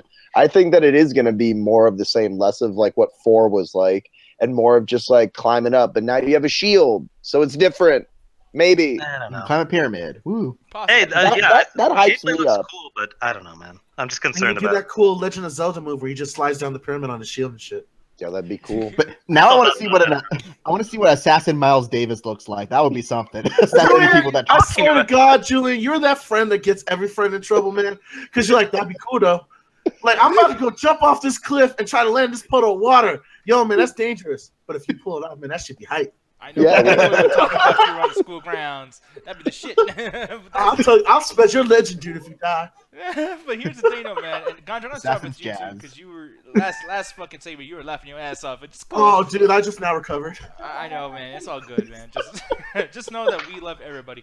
But here's the thing, though. Gondra, Assassin's Creed Moon coming to you next year. So oh, that's full of that joke. But here's the thing, though. Like, that fucking... fuck. I'm gonna edit this shit out. But here's the thing. Stay Decay 2. God damn it. Fuck. Okay. This game, we're talking about being sick of Assassin's Creed doing the same thing over and over again, dude. I don't know. This game came out way too late because the zombie thing. Stop it. What game was that? Stay of Decay Okay, 2. my only defense when it comes to the zombie cliche is I haven't really got that zombie game that I wanted with good resource management, good survivor management, a nice engaging story, good size level system, or at least an intrinsic one. I really haven't got the perfect zombie game. We have got like storytelling ones with like the Sony one, I guess Last of Us, I guess it was called, right? Mm-hmm. Last of Us. And then you get other ones like I guess my best example is Dead by Daylight, which kind of gets more of that action pace, RPG, small RPG element of a zombie horror game. I haven't got the one where you feel like you're actually trying to survive and thrive within a world around zombies. I haven't really got the Walking Dead simulator without my base getting destroyed every new season. Yeah. you mean not the actual Walking Dead game? To a certain degree, but I want it well done and entertaining. And my problem with State of Decay 1 is it wasn't really had an end goal. As soon as you got to a certain level, you could just beat the game. That's why they just gave you extreme hard mode with a few new weapons in later DLCs. But if they gave us more of a personal story and increased the management and building and actually feel that I could change the world for the better, even though it's a zombie apocalypse, that's what I'm looking for. I'm looking for almost like a George A. Romero movie, Nick, that continues on. No, yeah, absolutely. Yeah, and I think that's a good point with a lot of games in general is that, some of the greatest games like Arkham Asylum, they show your impact on the world throughout the story. It's not just progressing through the story, but you feel like you're changing. You feel like you're making progress through it. If they can do that with a zombie game, that would be great. You're not just accomplishing tasks; you're actually changing life itself. And from what I'm hinting at is from the articles I read from keeping up on the game. Apparently, they're trying. I think there's gonna be a sequel. Like you're gonna actually have the same survivors from the last series, and there's the campaign line. So it's gonna take you like what happened to these guys, what happened to them. I just wish I had more of an overall choice of what's going on in the world of the actual infection. Yeah. Or my favorite thing is I kind of wish they would show the military and the police in a more positive light. And I know that's weird coming from Ganja Guru, but Yeah, what the fuck? The police fan himself. For example, it's like 4 days with the virus, the military is gone, the police give up. Like, they don't do that during a fucking race riot. Like, they clamp down. You think they want to fight that during a fucking zombie apocalypse? Man, you bring that up. I hate that about zombies so much. The Last of Us does this in a second. Like, 5 minutes into The Last of Us, and like gas stations are blowing up, and like people are driving like crazy. Like, what? Are you fucking kidding me? That's the thing, though. Yeah, dude, no, like, it's unrealistic. The thing that's like kind of crazy though, like, and I hate to even talk good about this particular season on this particular show, but Fear the Walking Dead did that shit really well. Where it was like there was so many like in reasons, and they kind of like did some shit in real life. Like, you know how people get mad about cops shooting people, and like right away they go to like, oh, you're definitely doing something racist. Like, it's easier to think that first, even though that's usually the case, to be honest. Which is wasn't that the catalyst for why it spread in downtown LA so quick? Was there was an anti-police riot? Yeah, because they shot a black zombie, and people are like, "Hey, he didn't do nothing wrong. What the fuck, dude?" But he's like, "No, he was coming after me. He's trying to fucking eat me." Like, you know what I mean? And it just people were like, "No, fuck that." That first season is very smart, but I don't know what fucking happened afterwards. It got so retarded. It's like they rushed to The Walking Dead. That first season sucked. I could barely get back. Yeah, I was gonna say, when has Fear the Walking Dead ever been good? According to Nick, season 3, but I the first season has a lot of great ideas. The main reason people think it sucks is because, again, we have to depend on actors and people that actually care about the source material. And that clearly wasn't there with the actors when it first began.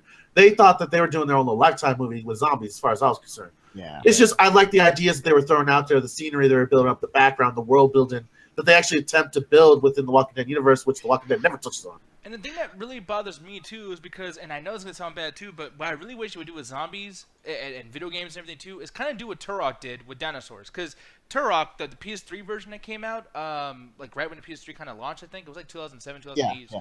So you want a Native American time traveler as a main character? Shut up! I'm listening. No, because that was No, he wants Ron Perlman as a co-star. So. Well, yo, because Turok was nothing like that with the PS3 version. I know what you're talking about, Ellen, and that's definitely. Oh yeah, the PS3 version. I beat that. Oh, I got the last level of that game. Yeah, but like what they did though is the T-Rex stuff. Like you weren't just constantly fighting like Velociraptor, T-Rex, whatever the fuck. It was like soldiers, assholes, Velociraptor, and then soldiers, assholes, robots, assholes, T-Rex. And it was like every time you see a T-Rex, it was like, oh shit, a fucking T-Rex. It was amazing. It was like what they did with Nemesis on Resident Evil 3, where even though the game was called Resident Evil Nemesis, he wasn't in there the whole fucking time. I could probably show you every clip of Nemesis, and it'll be done in 20 minutes. And the game is like 5-6 hours. You know what I mean? Well, yeah, that's how you scale the challenge. You scale the story to make sure you don't blow your load in the first episode or something like that, or the first part of the game. You know? Exactly. So yeah. Even sticking this directly to the zombie things, I think for me the most realistic interpretation I've ever seen of zombies is Dead Rising, because Dead Rising has a zombie apocalypse, and you know what it is? No. Like, sure, the weaponry is stupid, but that was story-wise. Yeah, the zombie apocalypse happened, and we fucking dealt with it. We cured it, and we dealt with it. Like, we didn't sit there; it did destroy the world. Like, the only reason we know about it is because Frank West got out. Yeah, exactly. Yeah. Like, that to me is like, in my head, I'm like, I'm not a huge fan of these games, but that's great. Like, even the fourth one, they like straight up cured it. I'm like, why has no one ever fucking done this? Yeah, like, why can't you be in a quarantined area that's for zombies? I think that's, like, too easy, though, of a way. I remember, like, spoiler for World War Z, but that's how that ends. And no, it's that would fucking the dumbest thing I've ever seen in my life. Yeah, see, holy shit. You're wrong. They injected themselves with deadly diseases to mask themselves. Well, that is cured. Cured.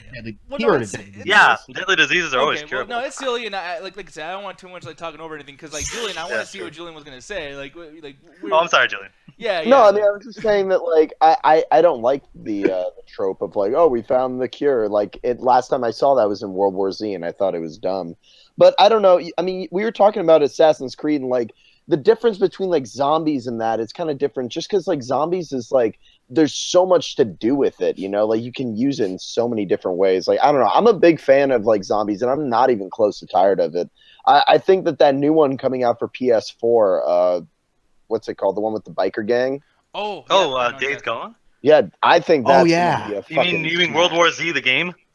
Whatever. I mean, that doesn't look like it's going to end with, like gifts falling from the sky with syringes. In defense of the Days Gone, Alan, to be honest, the reason everyone thinks that shit from World War Z is stupid is because we were an audience and we were just watching these fuckers pile on like ants. So it was more of just kind of pointing out and comment about it. When you're actually playing a video game and you start to actually play as the character itself and you start interjecting your feelings onto it and you're being chased by 50 plus people, like that, I imagine it's going to give you some kind of anxiety, just like what Dead by Daylight does. Oh, don't get me wrong. I'm not saying it looks bad. I actually think it kind of looks cool, but the zombies are from World War Z. Like they have the whole spilling in, liquiding. Like it looks Stop cool. it. We're going to get sued. Yeah.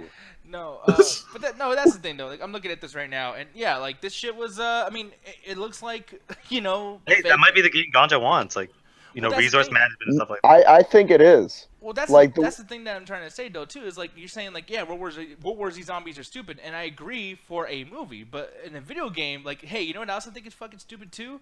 I think if there was a serious movie about fucking Pokemon's chasing you is bad, but if it's a Pokemon game, shit's obviously cool because it's supposed to be there. Like, Oh no, like you gotta say when I say World War Z, I don't think the zombies are dumb. I never thought that. I think their solution for dealing with it is the dumbest thing I've ever The heard. end is bad. Like The I like the solution is fast so running stupid. zombies. Am I the Like, only one who liked that one? Okay. Yeah, and that's the thing. Like, yeah, I mean, I agree with both of you guys. I mean, I really do. But I think the whole movie was stupid, though. That's the thing that's like really frustrating. It had its moment. You know, man, I went to Jerusalem and like I was walking on the cobblestone. surrounded where by all zombies? those- Well, I was walking down a lot of the hallways that they showed. They call them zombies running Palestinians down. in Israel, Alan.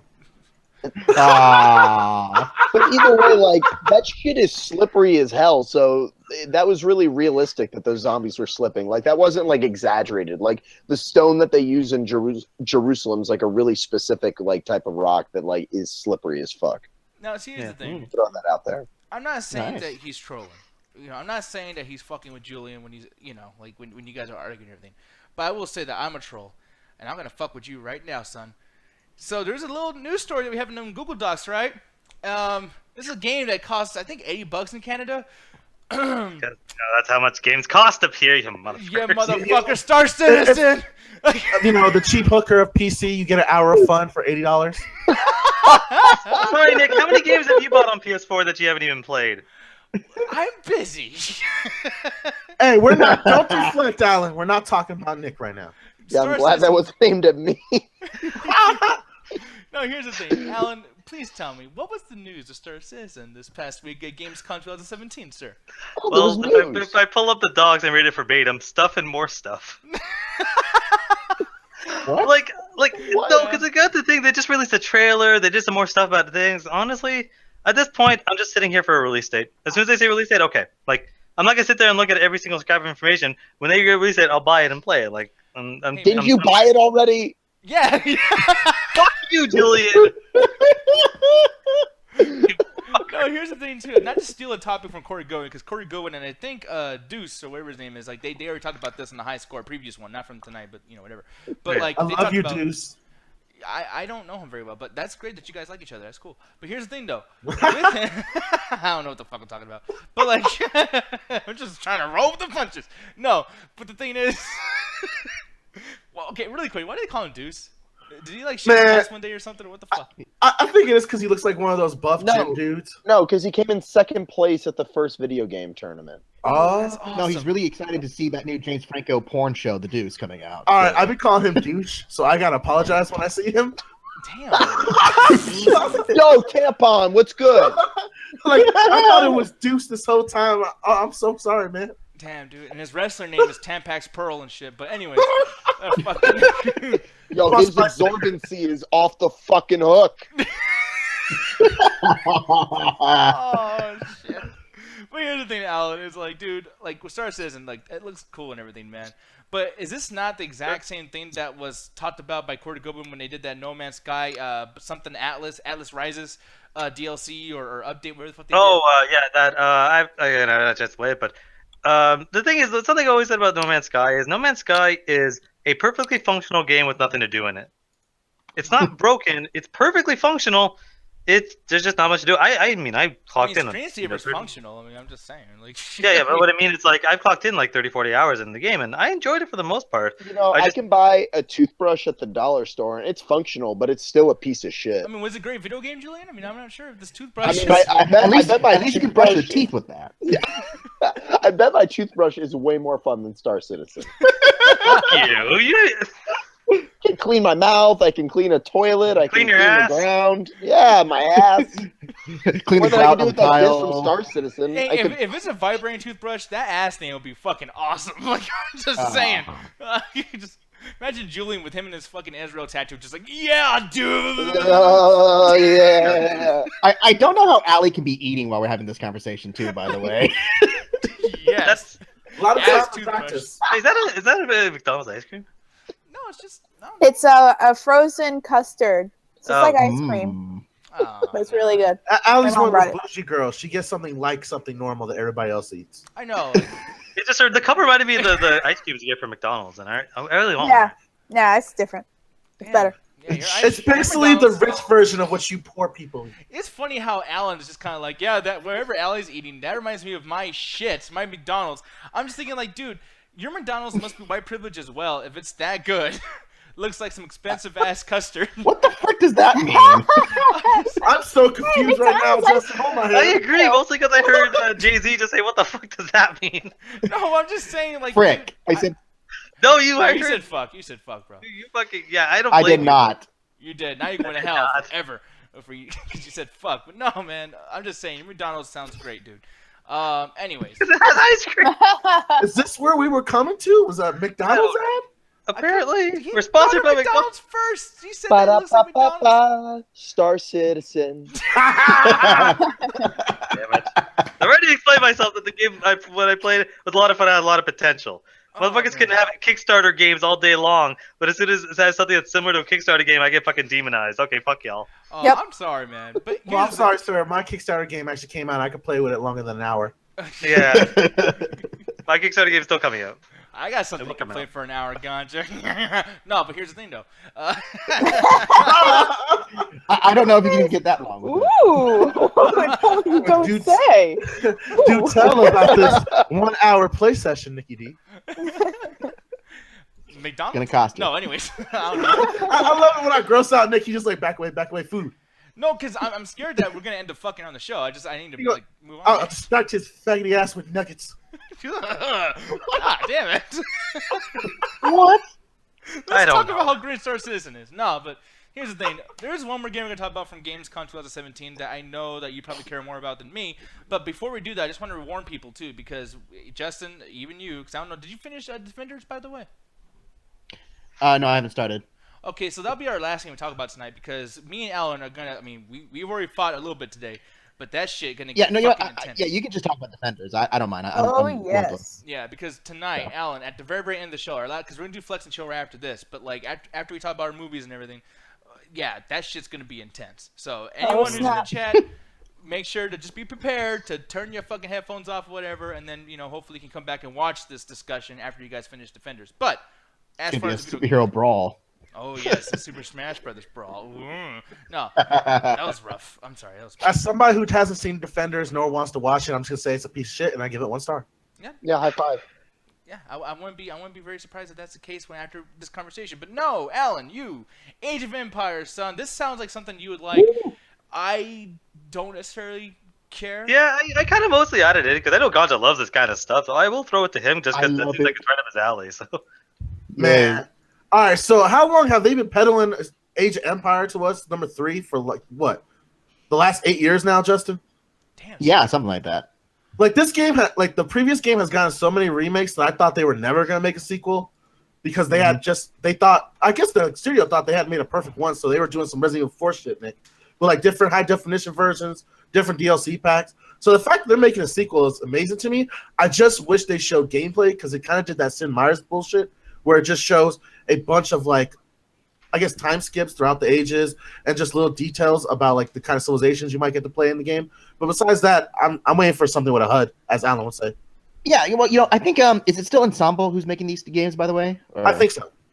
Yeah, I mean, based on their track record for making games, that's typical for their advertising. They always have a trailer that just showcases the tone and the feel of whatever. Even the original Halo Wars trailer had a similar thing, where it's just a little demo, CG trailer that doesn't tell you anything about the game, anything about the gameplay. It's just, hey, it's Halo, and you get to fight with big armies. So this is kind of that same thing, where it's a bunch of generations of different empires fighting against each other. It's what they do. I mean.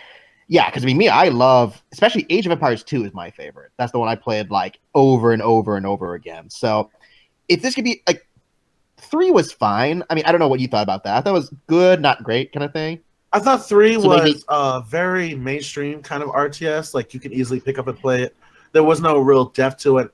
The only thing I liked is they had a DLC pack where you fought in the South, so you could play with the Seminole characters, and I thought that was pretty cool. And they make mentions to the Seminole War.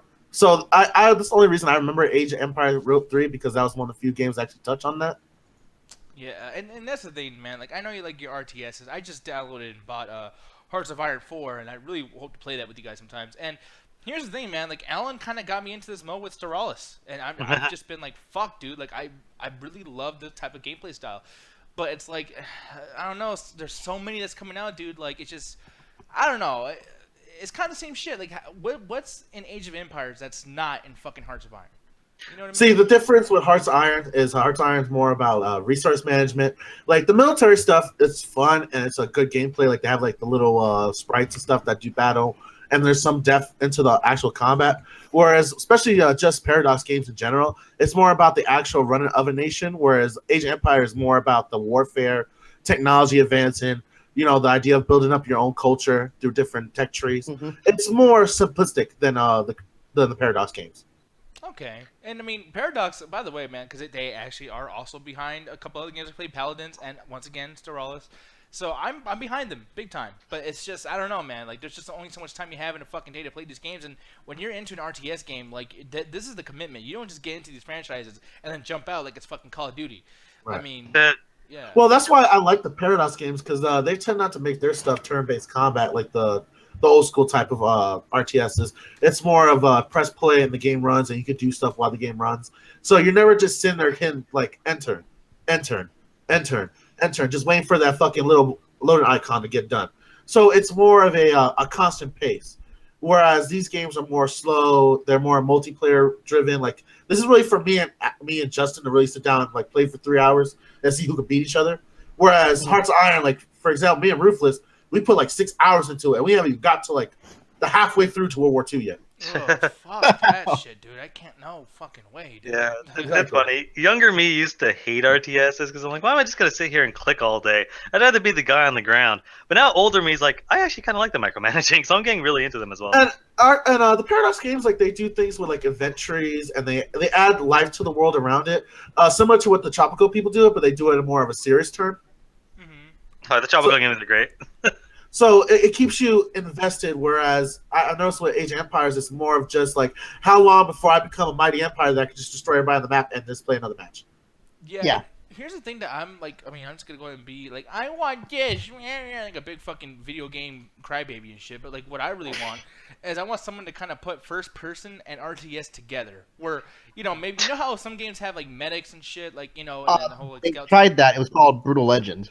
No, they actually tried that. Actually, it was called Raven Squad or something. It was a legitimate first-person shooter with actual RTS elements to it. But if you want a good version of that, go play Godfather 2, because it's a third-person shoot. No, I hate that game. Fuck y'all suck. I'll go further. The one that's an actual good game, and it was actually a release for the original Xbox console. I think it was a Full Metal Honor. It was something with 3 soldiers, and you can actually deploy troops, tanks. Anti-aircraft. Full Spectrum Warrior, that one? Yeah, no, not Full Spectrum. It was based in World War II.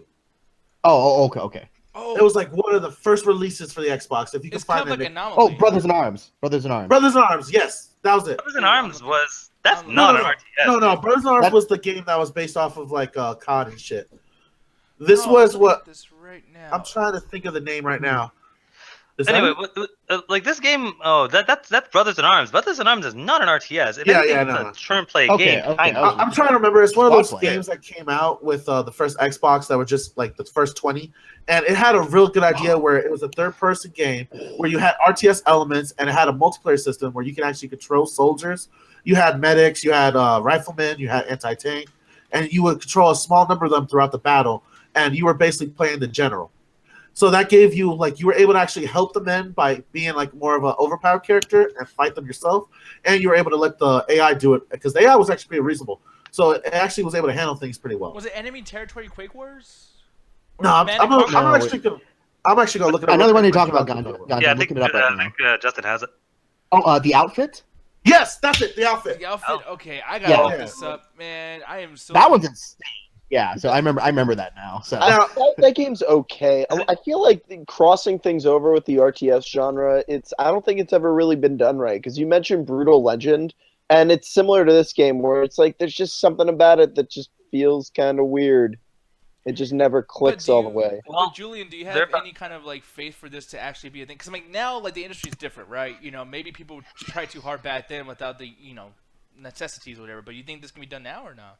I think you could, but thinking about it as a hardcore gamer and super amateur developer, you'd have to like make 2 games basically. You'd have to make a first-person system and you'd have to make an RTS system and find a way to balance it. Yeah. First person's really, really easy. Like, that's why there were so many of them in the fucking early 90s and early 2000s, because first person shooters weren't that crazy to develop for. Like, yeah, there's the new game Shadow War is coming out is basically a third person RTS. Like, there's RTS elements in it, and you're doing the third person like siege battles. Like, it's Nick has a point. Like, we're at a point in video gaming where you can do that, and Ruthless is in the call. Yeah, Ruth is in the call, and he said in the chat right now too. You know, StarCraft Remastered is out, so it's kind of weird that we're all like in this RTS discussion and everything. Ruthless, are you hyped for StarCraft, man, or no? I was happy to get it. I was gonna get it regardless. Like I know it's nostalgia. I know I harp on nostalgia being pointless sometimes, but there's some stuff I just wanted back. It looks better, and I have a couple friends that I play with, play online with it. So I was happy to grab it. $15, not bad.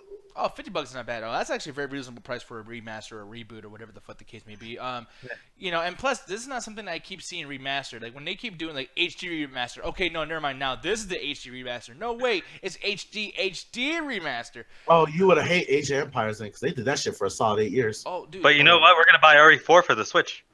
Oh, no, we're going to buy RE4 for the PS7. Bitch, at this point, I got RE4 on my Android. I did buy RE4 on Xbox One. I forgot I bought on damn it, Wii. Justin. I actually have Well, I mean, you got to get Skyrim for all the systems too. So Dude, RE4 with the Amiibo Minecraft, support. Minecraft will never die. Minecraft. Why would you need Nick, you just made me mad. Why the fuck would you need Amiibo support for RE4? Oh, so you could just have us Link. Because your Amiibo can have the Las Plagas. If they do that, I don't own one amiibo. I'm fucking buying all of them. The set. There you go, I man. fucking hate you, monkey. The only one I own and the only one I give a shit about. I Oh want to my play God. as Samus in an RE4 game. Fuck it. Oh, fuck you. that actually sounds fun. Hold on, wait, that sounds fun. Think about it. You just have the arm Does it cannon. replace the and gun you with the just blaster? Yeah. Yeah, does it you're replace just the gun going with the cannon? around. Dude, it'd be great. I just heard the Kill Bill anthem, and I'm staring at you so hard right now.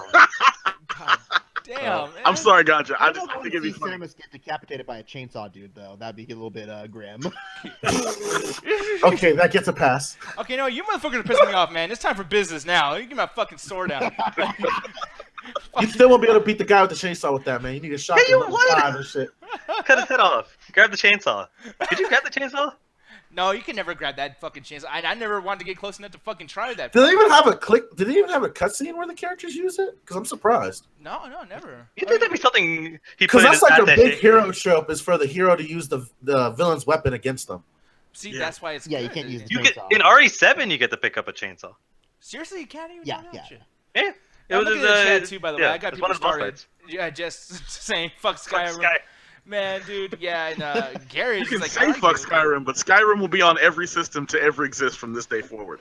Are they going to make another Until the next Skyrim time. or another Skyrim type game? for I this? wish they'd make another Elder Scrolls, but I don't know if they're gonna do that for a while. Julian, would you just post? I would click on it, but what's that Reddit post from Resident Evil 4? It's a subreddit where someone's asking for Resident Evil 4 on the Switch. Oh, okay, I gotta check this out. Oh man. Like, there's a bunch of people on there going, yeah, put Resident Evil 4 on the Switch. Oh no, it's not Resident Evil 4. Please remake RE0, 2, 3, and 4. All of these were on the GameCube and could be Virtual Consoles game. I've been these games so many times, but having them on the Switch would make me. I'm not gonna finish that fucking sentence. No, he would make me jizz. Seriously, I can't be the only one that never gets bored of a remake or RE2 despite completing it Man, multiple times. fuck you! I just got that. Yeah, remake. Those are or my this- kind of people. Oh man. Oh, That it actually was Justin's account. Wow, man, there are some Justin dumb made that post. motherfuckers out there. Wait, I look mean, at this RE4 is dude's gonna be on the screen. Switch. It has to be, but I don't know about the the other ones. gentleman. Fuck you, 96 man. Fuck that guy. Fuck you, 90s. Sorry, Alan. I'll revise that joke for you. So Oh, geez, fuck you. I will kick you from this fucking call. You know, and here's the thing, people. And this is when you know this country is in a bad fucking state right now, because this fucking guy over here says, I would kill for a port of RE5.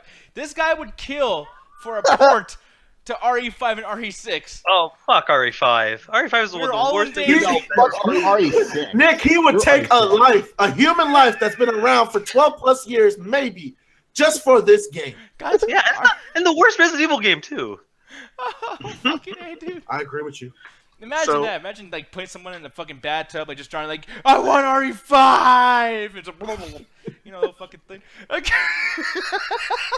Hey, Let him die. Let him die. If Valve said if somebody kills somebody, they'll release Half-Life 3, there'll be a fucking civil war going on. They will only release that in honor of Game News' funeral. Oh my god. I'm looking, dude. Okay, I'm sorry, but now I'm falling into rabbit hole. I'll stop now. But like this motherfucker's like, I think Outbreak would work. No, stop with Outbreak. Okay, actually, I have a friend of mine that keeps saying that because didn't that have multiplayer or something? It Was did, that one like that? What was the Resident Evil game that had a bunch of like? It was actually had multiplayer to it. Outbreak was Operation- a multiplayer based. Yeah. Operation Raccoon City. Oh no, fuck no, no one wants No, that. Operation Raccoon City was basically taking the idea that Outbreak started. Whereas Outbreak, you play like 5 or 8 different characters, maybe some extra ones, and you play their storyline. It all starts from a bar, and it's all their different routes as trying to survive the apocalypse. It's based around teamwork. But I played that shit on the internet. That had the most laggiest system. Everyone dropped every 5 fucking seconds to 10 minutes, and you couldn't continue a match unless you got those same exact people back in there. So good luck if you pick a random match, because that's the end of that shit. Yeah, and the graphics were cool, but it's like it just wasn't. It didn't work. I mean, I really liked how this game had that same. It was basically that remake everybody wanted, like just like the Resident Evil GameCube remake. But the Nick, problem is, like, I'm doing this so multiplayer glad thing you brought up the graphics, motherfucker, because this was one of the first games that I reserved the special edition guidebook. Little special action figure. They even had like a special guidebook that had like an artwork on the front. I didn't pay. I checked my parents to pay it for $100 for this bullshit. He took a life for this shit. They had released the most high quality trailer, motherfucker. It showed them running through the building, working together as teams. Like, this is before I knew what CGI trailers were bullshit. So I was like, oh my god, I'll be able to work with my friends. We can actually fight the zombie apocalypse together, put an end to the umbrella. I'm going to reserve this game. I can't wait. This game got released, and I was so fucking disappointed. It broke my heart with video games for, I think, a solid year. I'm not going to lie. Yeah, dude. No, this thing was, like, especially after Resident Evil 1 and 0, and then I finally get my own version on PS2, because I was like, dude, like, I didn't get to get 0 and 1, the remake. You know, I didn't have a GameCube because I didn't know shit about video games. No one's going to buy me shit. And getting this, I was like, oh my god, I can finally fucking do it. And it just wasn't it wasn't good. It just wasn't. The multiplayer aspect, I mean, they used to tell you these fucking things, like, if you press down, you could say, good job to your partner, and then they go, thank you. Yeah, with the thumbs up. Yep. Meanwhile, I was playing Metroid Prime 1 and 2 and Legend of Zelda and having a great time. My favorite was when someone was saying good job and the game got lagged and they just started spinning. Yeah. Oh, god damn it. That was a common bug. Yes. Yep. No, and then it'd be in the way of the fucking door, so the zombies are coming out eating this motherfucker, and he's giving me a thumbs up like Arnold at the end of Terminator 2. Yeah, it happened a few times too. He's like, help me with this thumbs up, and they're just eating the fuck out of this dude. I'm looking at the package on my game, and I'm like, now I know why people cry. Yeah, but they could easily remaster that and actually have good servers. They had the That's fucking not could. hard. They could, but the problem is Resident Evil is just speaking of fucking kicking the dead horse or sucking the teeth dry. Resident Evil is one of those series that just either need to get a hard reboot or just lost for 10 years. They did do a hard reboot. That's what 7 is. I'm not talking about that VR shit that ties to the story and it's got Chris Redfield and somehow he's working from. Okay. Don't get me started, motherfucker. No, gotcha. Literally, all of that is the last 30 seconds of the game.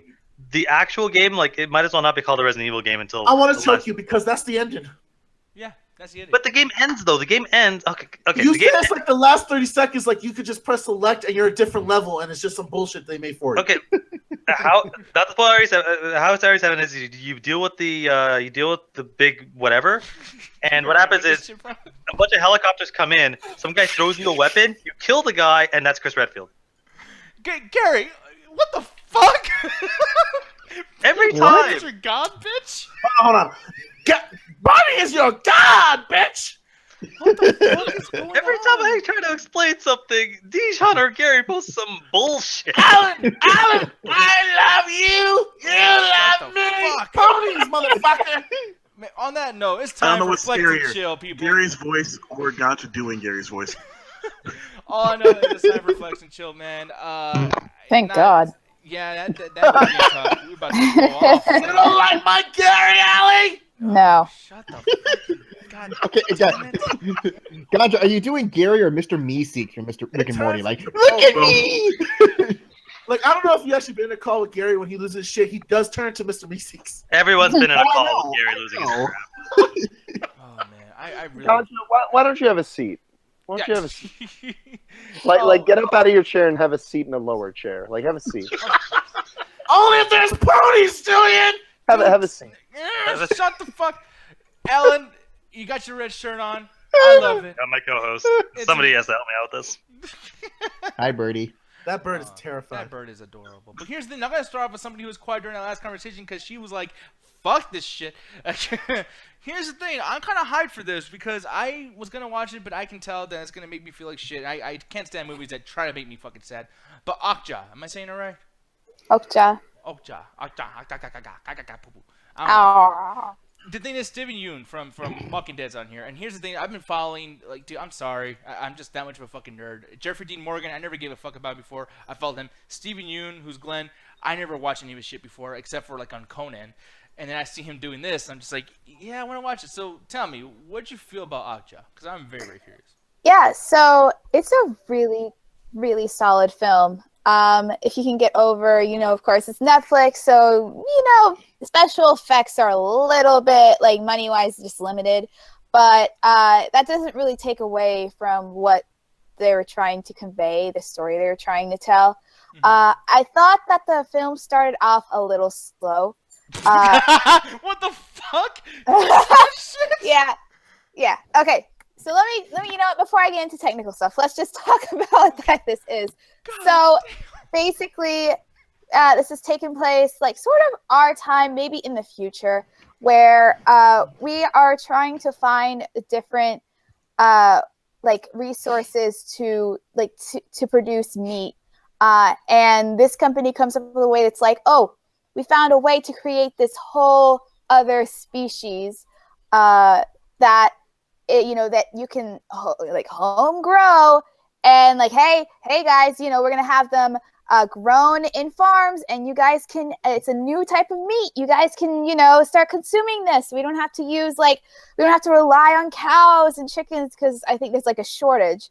So basically, yeah. So Tilda Swinton is the CEO of this company, and she wants to the whole thing with her is that her family, she wants to try to convey a different look for the company, because in the past they have had a really negative look from the public. They've done very sketchy things, and she wants to try to be like, hey, we're a wholesome company, trying to change the whole type of look of and feel of this company to make it more so people feel more comfortable buying from them. So that's why she's kind of crazy, hey, guys, hey, we're totally cool. But anyway, they create this animal, and what they do is they split up. So they give one animal to different farms across the globe, and through 10 years they raise it, and then what they'll do is they'll go to this festival in New York and show off the best overall. I think it's called a giant pig. It's like a giant pig, basically. I forget what they call it. It's been a while since I've watched this, but they're going to show off the best one, and it's going to get people excited. They'll be able to show people oh, hey, this is what we want to do, and you guys can eat this, and hey, yay, cool. So it takes place, mainly follows this little girl, and she in Korea, South Korea, and she raises this pig along with her grandfather, I believe, and this pig literally is part of the family. Very intelligent, more intelligent than a dog, and they really love this pig, especially the girl. And it shows you right off the bat how intelligent this pig is. It's not just animal's intelligent. No, seriously, there's a part where she is almost she's almost gonna die. She falls, she trips, and this animal is able to figure out what she can do to get her out of that situation. So she's extremely, extremely intelligent. And so when they tell her, so her grandfather had her under the impression that they were going to buy this pig, and it was going to be, just going to live with them for the rest of their lives. But that wasn't the deal because they had a contract with this company. So that's kind of where it takes off. They take the pig, and she's like, okay, I need to get Okja back. That's the name of the pig. So it shows her. And then they shoot her in the face. It's like, get the girl. Yeah. So she travels to try to, get Okja back. And your favorite dude, Steven Yeun, he's part of this group that they're not a terrorist group, but they're like a group of people that are for animal rights. They don't harm anyone. Yeah, they don't harm anyone or anything. But they just want to free animals and, have them in their natural habitat. So they're trying to help her get Okja back. So that's where it kind of takes place. But also they want to bring light to the public of like what the company is doing and that they're not so like good as they say they are. There's a lot of really weird stuff going on.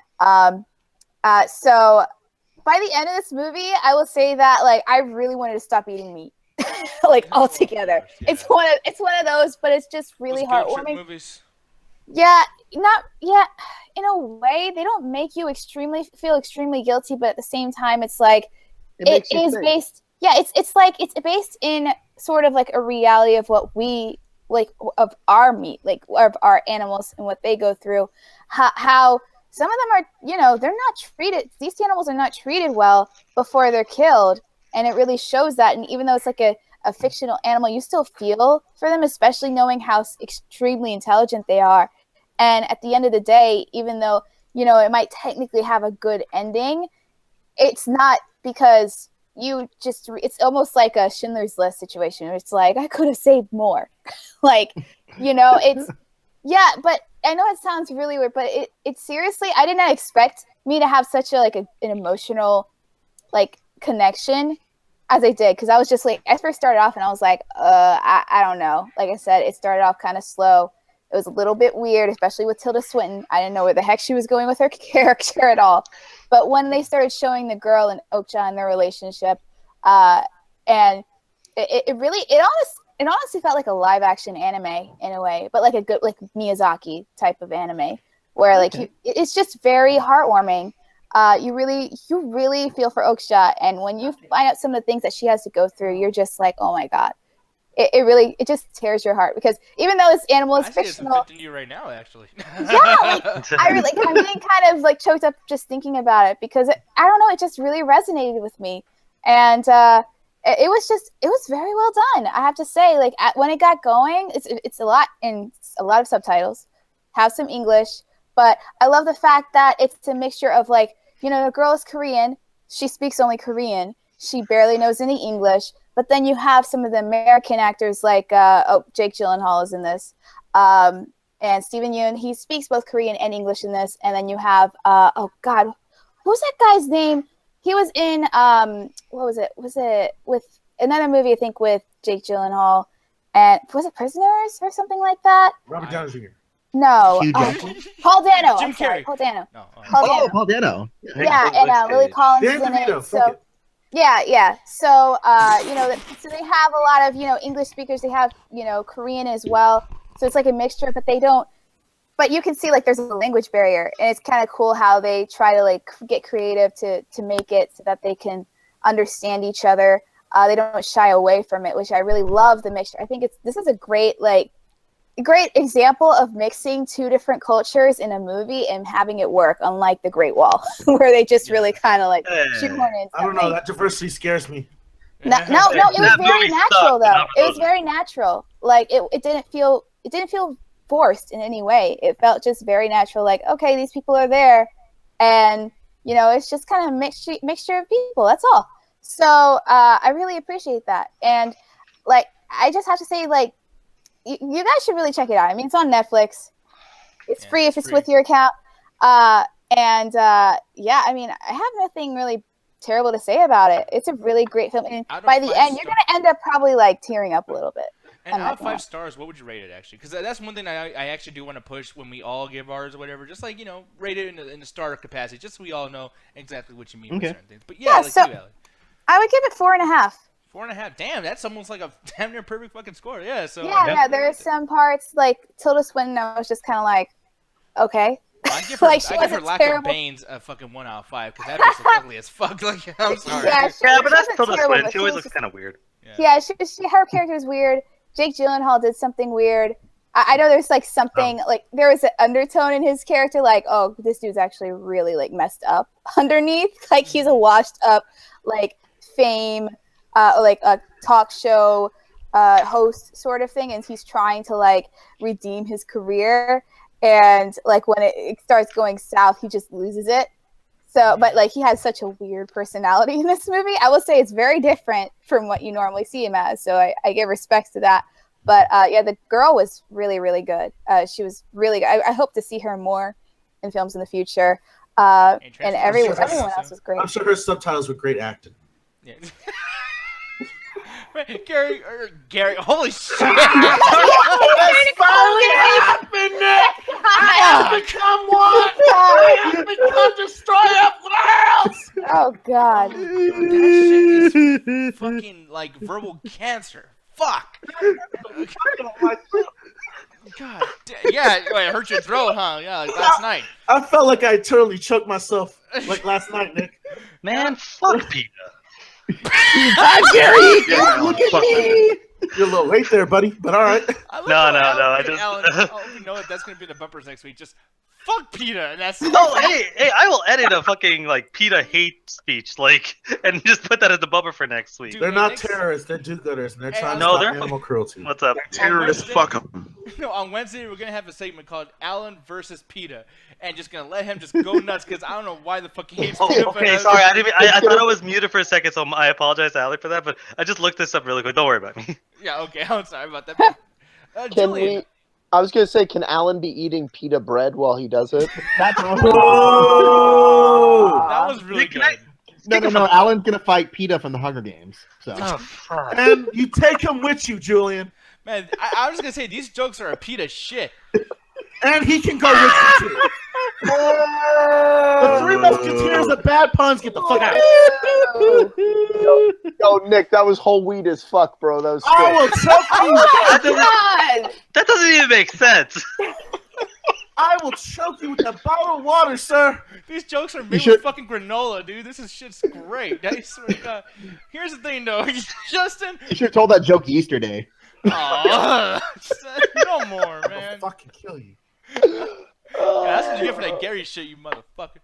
Bread. At least I don't like bad puns, motherfuckers. Justin, Jared, man.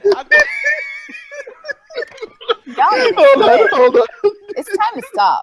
It is. Okay. It's time to stop o'clock, motherfucker. Like, Okay. no, but Justin, go ahead and take it away. So, what you been watching, man, for the flicks and shit? Fucking 90s. I still got like 3 more PETA puns in my head, but I'm not. Oh, I'm no. not Oh, gonna you use can them. keep those here. Anyway, I've been watching a bunch of scattered stuff because I went home for a week, which it was only supposed to be a week trip, but I had a plane malfunction. I had to stay at my parents' house for another week and a half. So that was just crazy. We just watched a bunch of stuff together. I finally watched all of Stranger Things. Took me forever, I know. Stranger Things season 1 was awesome. It was really, really good. So I don't know if there's much we can say that you guys haven't already said on the show Well, here. the one So thing I will say is that I'm eventually going to be watching this too, and hopefully we can all maybe this will be part of a viewing party at some point, because I know season 2 is coming out soon. Maybe, do we know exactly when season 2 is going to be premiering Is on it Netflix? October? yes, they just announced. Yeah, October. Yeah, in October.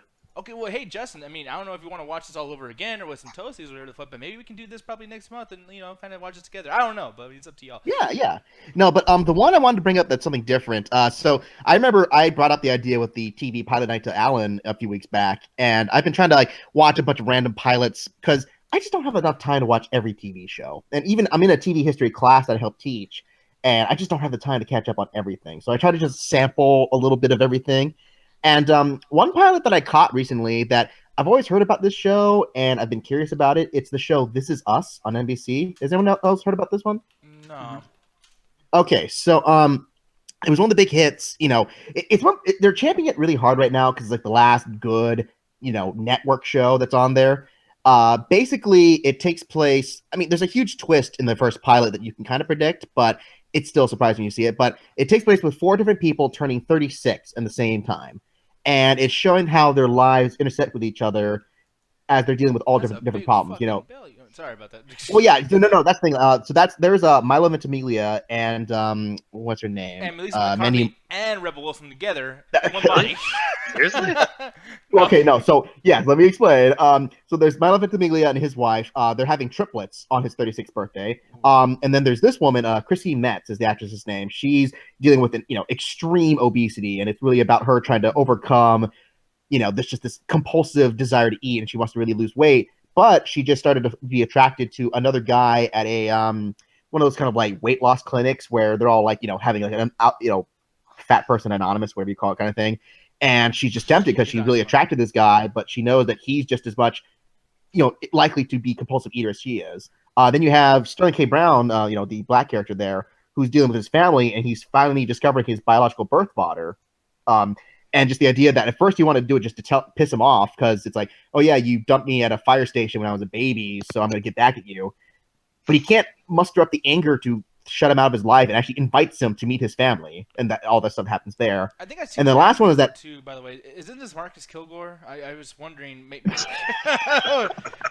guys, look like him. Hey everybody. I don't know. Does he eat a granola bar or drop a key anywhere? What? No, but basically, I mean, yeah, there's another character too, but he's just some actor on an NBC sitcom, essentially. So the thing about this show, though, is that if anyone's ever seen Parenthood or any of those kind of very heavy melodrama soap opera shows, this is very much in the vein of those kind of shows. But it's also very, very well done. It follows the same formula that it repeats the plot over and over again, just in case you came into a commercial break. But it's also one of the better acted pieces out there. Like this guy, especially, Sterling K. Brown and the guy, his biological father, they are just great together. Like just all their interactions are good. Christine Metz, the really chubby actress, she's fantastic. It's just really well done story about people, just people dealing with each other's lives. And then there's the big twist that you'll find out at the end of the pilot where it's like, oh, this is how all of them are connected right here kind of thing. The thing that's really cool about this, that I will say, and I haven't watched this, but the thing that, what I'm starting to see here is like, instead of making it an anthology series or whatever the fuck, the pilot itself has been divided in all these parts where you feel like satisfied in so many sections of a story. And I love that shit, man. Like, if you don't like one part, you'll like another part most likely.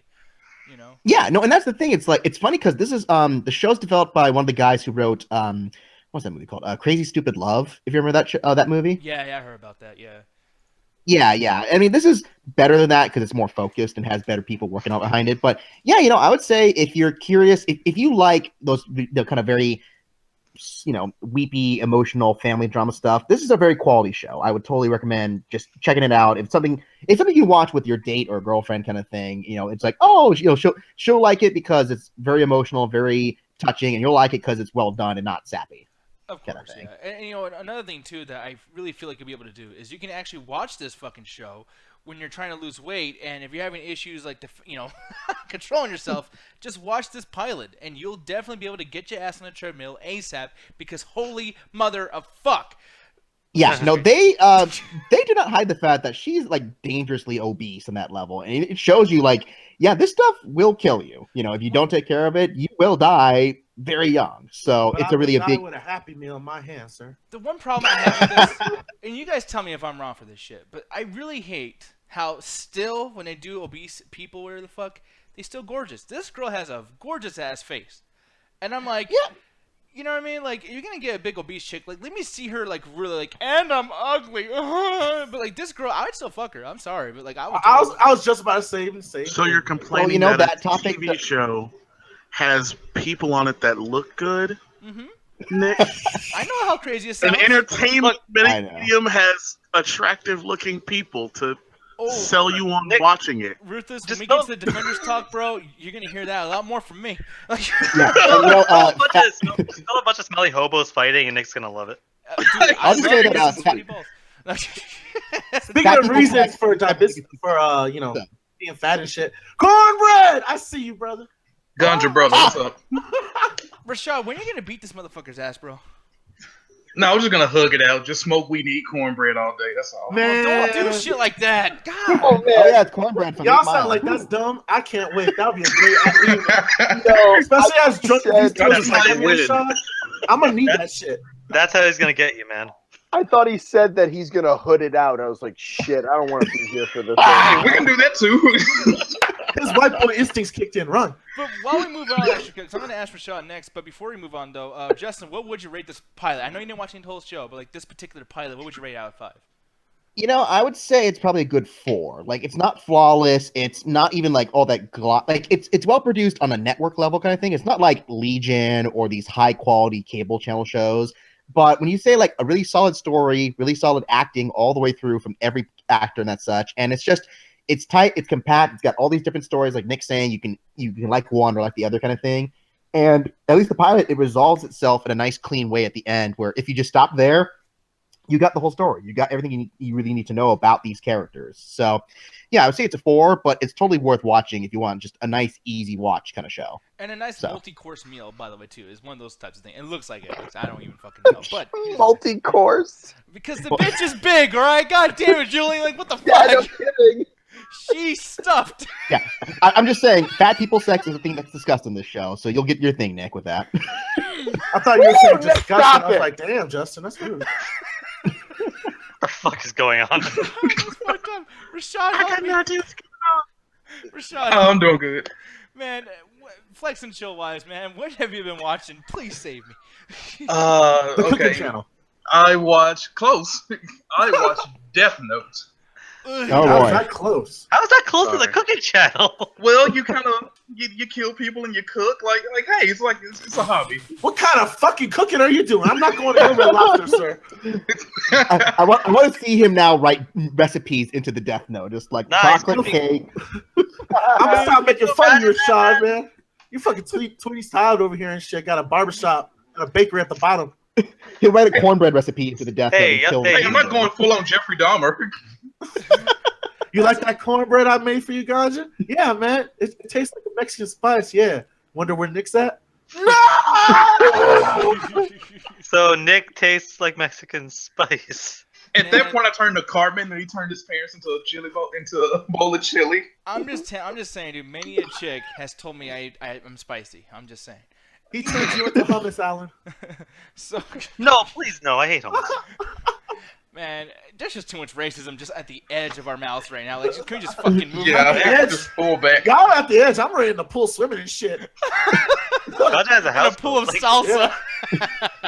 I'm on my boathouse smoking a joint right now. Where y'all at? Living the vida loca, man. So anyways. So Rashad.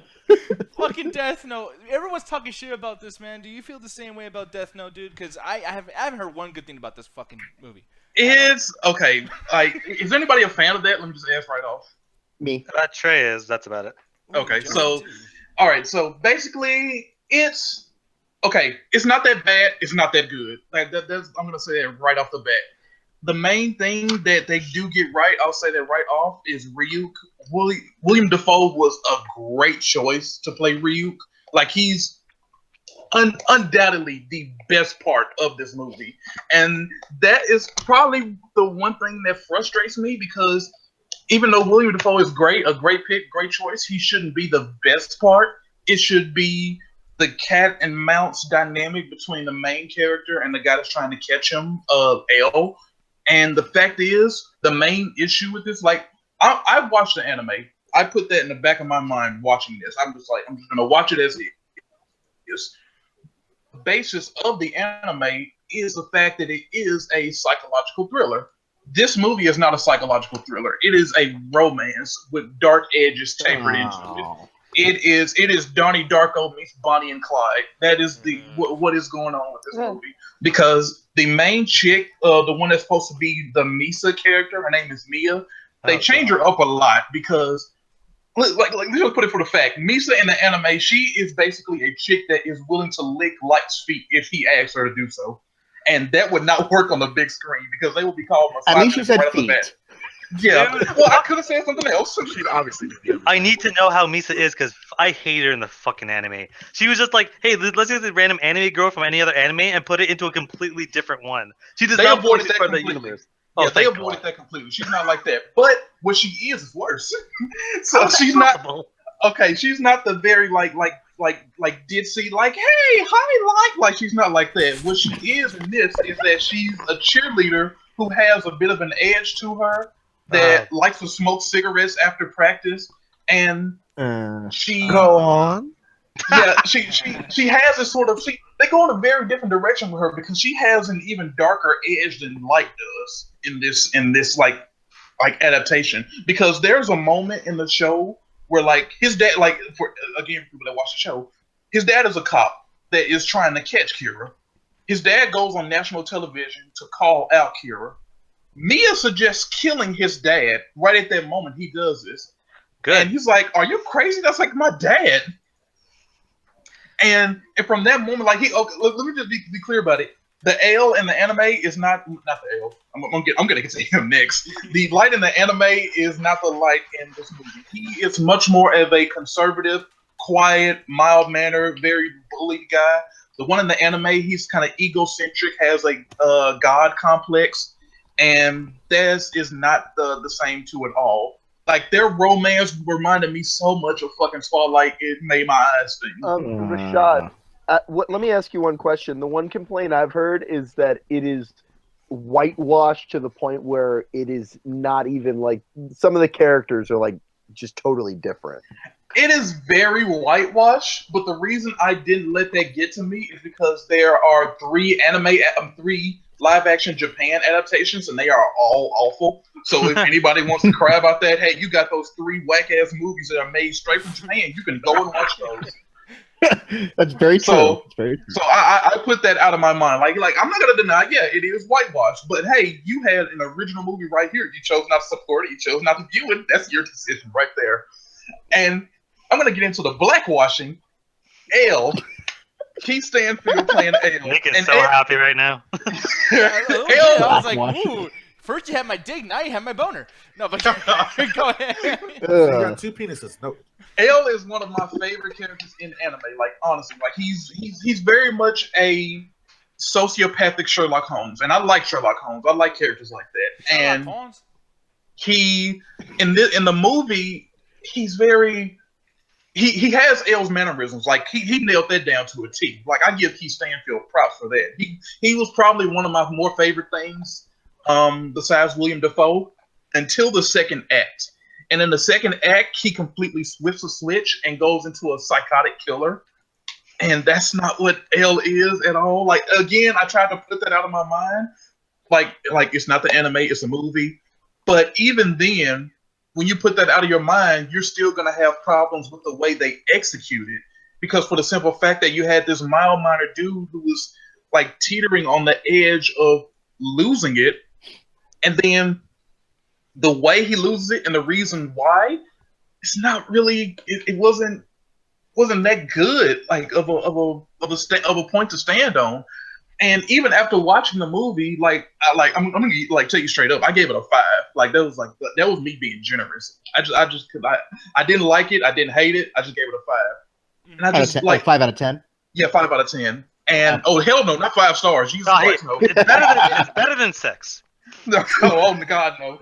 And I didn't hate it. I didn't dislike it. I loved it. like, it boggled me in my mind, just like I liked it. Like the directing is good. The director, Adam Warfield, Wingard, thank you. He's directing Kong versus Godzilla. So I was really interested in watching this just because I wanted to see where he was coming from a directorial standpoint.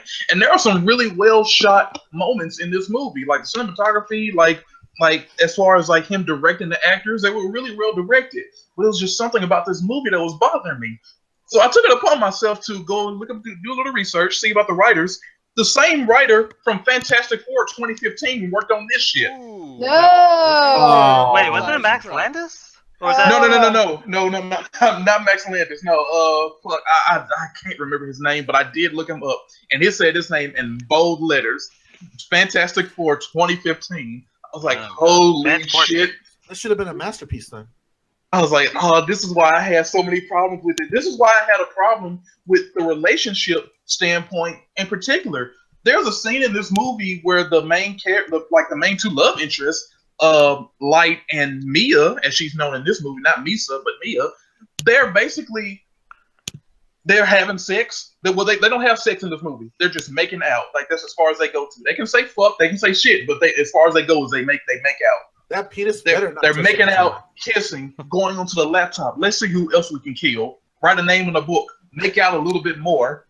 And it's just like, Are you wow, alright? like, This does sound like Bonnie and Clyde. this is Bonnie and Clyde and Donnie Darko together, man. Like that, like the reason part is what throws the Donnie Darko aspect into it. And it's just like the first act, the first 30 minutes of this movie, really well done. The second act is where it starts to get muddled, and the third act just throws this shit all the way into the fucking trash. How long is it? About an hour and 40 minutes. Yeah. An hour and 40, and that was probably like my main problem with it. This shit should have been a TV show. If you're gonna adapt this right, it was so fucking rushed. It made no sense. Well, that's what I It was heard, a that they should complete have like TV. the whole season, right? Is that what the idea is? Basically half a season. They tried to cram half a season into it. They basically plucked out. Okay, I'm gonna take this from episode 1, this from episode 5, this from episode 10. Like, they were plucking out pieces from each episode and just adding it in. And it's just so obvious, like, man, if y'all wanted this to be more successful, this should have been a live action TV show. And it could have very well have done a lot better as a TV show. But because it wasn't, it feels like a dark romance film. And at the end of the movie, like, do y'all want me to spoil it for you? Does anybody care about spoilers? Not spoil it, because I'm Don't gonna watch spoil it it. and then I'm Yeah, gonna don't watch it. Okay, yeah, I won't spoil it. But But next week there's we'll a be doing a Death Note talk though, like that. okay. But yeah, there's a point in this movie where they try to make you care for a certain character, and it's like, why the hell are you trying to make me care about this character now? But you didn't even try to do so within the last hour and 30 minutes I spent watching this movie. Like, it was like, yeah, the complete fault of this movie I put on the writing. I don't blame the actors. I don't blame the directors. I blame the fucking writers. They are at fault for this. Here's the extra fun part about the writers. So I looked it up. There's 3 writers on this script. Yeah, there's 3. The one guy, Jeremy Slater, wrote Fantastic Four. The other 2 guys, you know what they wrote? Immortals. Oh, I That remember. one. Oh, fuck that movie. I looked that up as well. I just didn't remember. I don't know how to pronounce their name. That's why I didn't even try to bother with them. I just Carla Penedis. Yeah. I didn't even try to address them. But yeah, Fantastic Four and the Immortals, they helped write this movie. Oh, Damn. God damn. That fucking movie's a piece of goddamn bullshit. I don't know. That sounds like a tour de force for me. So go in with expectations if you're gonna watch Death Note. Man, that You sounds somehow like... lowered my expectations from holy shit, this is gonna be the worst movie I've ever seen to do I have to watch this? Yeah, okay, what executive? Y'all just be mad. I would say if you want to watch Look it, at Death Note. watch it for William Dafoe alone for the 10 minutes that he's in the movie. God damn. Text me when that happens. What's the 10 minutes? Just what's that one done? Each timestamp. Give me Willem Dafoe timestamps. Yeah, but Alex, watch the clip on Netflix on their YouTube channel. Just watch that clip with Willem Dafoe on it, then you're good. Okay, good. That'll be enough. It's always better than sex. It's 35 seconds. Yeah, man, but no, like 5 out of 10, which I would probably equate to like a 2.5 out of 5, and like that sounds like, I mean, I don't know, man. I don't want to watch the shit, but I will because I want to scream about that shit next week and have a reason to fucking be mad. But here's the thing. Oh yes, be mad. I would be going around more and asking more questions, but we do got to end this soon because it is like, you know, we're about almost like 2.5 hours into this. I think. I'm not entirely sure, but yeah, been a long one. I thought we were going to be ending kind of early. I know Tay in the call or in the chat is like, yo, like, end this shit so I can get into the after hours. I want to watch the fucking pilots, which we don't have a straw poll here, but I think you guys are going to be voting for that, like, in the after hours. Yeah, I've been getting stuff in fan choices, so we have a slate ready. I'll randomize them as we get the rabbit ready. But one thing that's not random is my hatred for this Marvel Netflix fucking series. These fucking shows are bullshit. Fucking bullshit. Oh, so you got to the ending of Defenders. Okay. Dude, I'm telling you, man. Look, I'm Oh, no, that ending sucked. I'll agree with you. That ending sucked. But Hey, I need to start. Nick, I'm gonna tell you something that's gonna blow your mind real quick. What's up? I fucking agree with you. I love you. I love you. Yes. They pulled the Batman v Superman. Just want to point Oh that out. my god, I'm so fucking angry right Man, now. I ain't that high. Did Russell just say what I think he just said? Yeah, I said Ruthless that and shit. Ragnarok. Yeah, I'm not gonna fight y'all on this. And by the way, people can go in the chat. Oh, somebody and Holy talk about- shit, Nick is right. and people in the chat can probably talk to me about nitpicking. I know that's like a term people like to use now. There's no nitpick or nitpick in this motherfucker right here. Allie probably watched the show and everything too. Ganja, I don't blame you for not watching it. But here's the thing, though. Son. But Ganja, have you ever watched any Netflix Marvel fucking thing? I watched Luke Cage. I watched Daredevil. This is why I didn't fuck around with Iron Fist. I didn't fuck around with Jessica Jones, and I didn't fuck around with Defenders. I knew some shit was Jessica Jones is the best one. No, it's not. Jessica Jones is good. It's not the best. It is really good. No, that is the best one by far, hands down. I will fight you. Daredevil. Man, 5 months ago, y'all was saying that about Luke Cage. Y'all don't know what to agree on yet. Thank you so much. Because here's the thing. Let's I just just start like off. Luke Cage. Let's start off because this is a sequel to my rant from Luke Cage. What do you guys feel? Because this is not blaxploitation, by the way. That's no This is longer his an excuse. superhero sequel, Ragnarok the Judging, too. Yeah, because here's the thing. I'm curious. What do you guys feel about? Whoa, because Jeez, sorry. Bad girl, Allie. that Bad dog girl. just watched Did it. anybody like Defenders? Because even Harley's dog hated it, apparently. Yeah, but here's the thing. To start off, right away on the show, they got a very serious fucking Teenage Mutant Ninja Turtles fight in the fucking sewers with Iron Fist and some bitch that doesn't even say her fucking name. I literally had to search this woman, had to find her, had to look through a bunch of other white girls that look exactly the fucking same. Every white girl is the same person. Wait. You mean Colleen Wing? Isn't that who she Colleen plays? is Colleen. She's not white. But she She's looks She's Asian. No, she's Asian. Yes, she's Asian. So why but do you she- have a bunch of white women? If you fucking shut the fuck up, you'll hear it. Like, god damn it. It's like, no, she's different. Like, Justin, last time I yelled at you was because that girl who's obviously using a Mexican accent, fucking Electra, you're like, no, she's actually Greek. I don't give a fuck what type of flavor yogurt she is. The bitch looks like she's Mexican.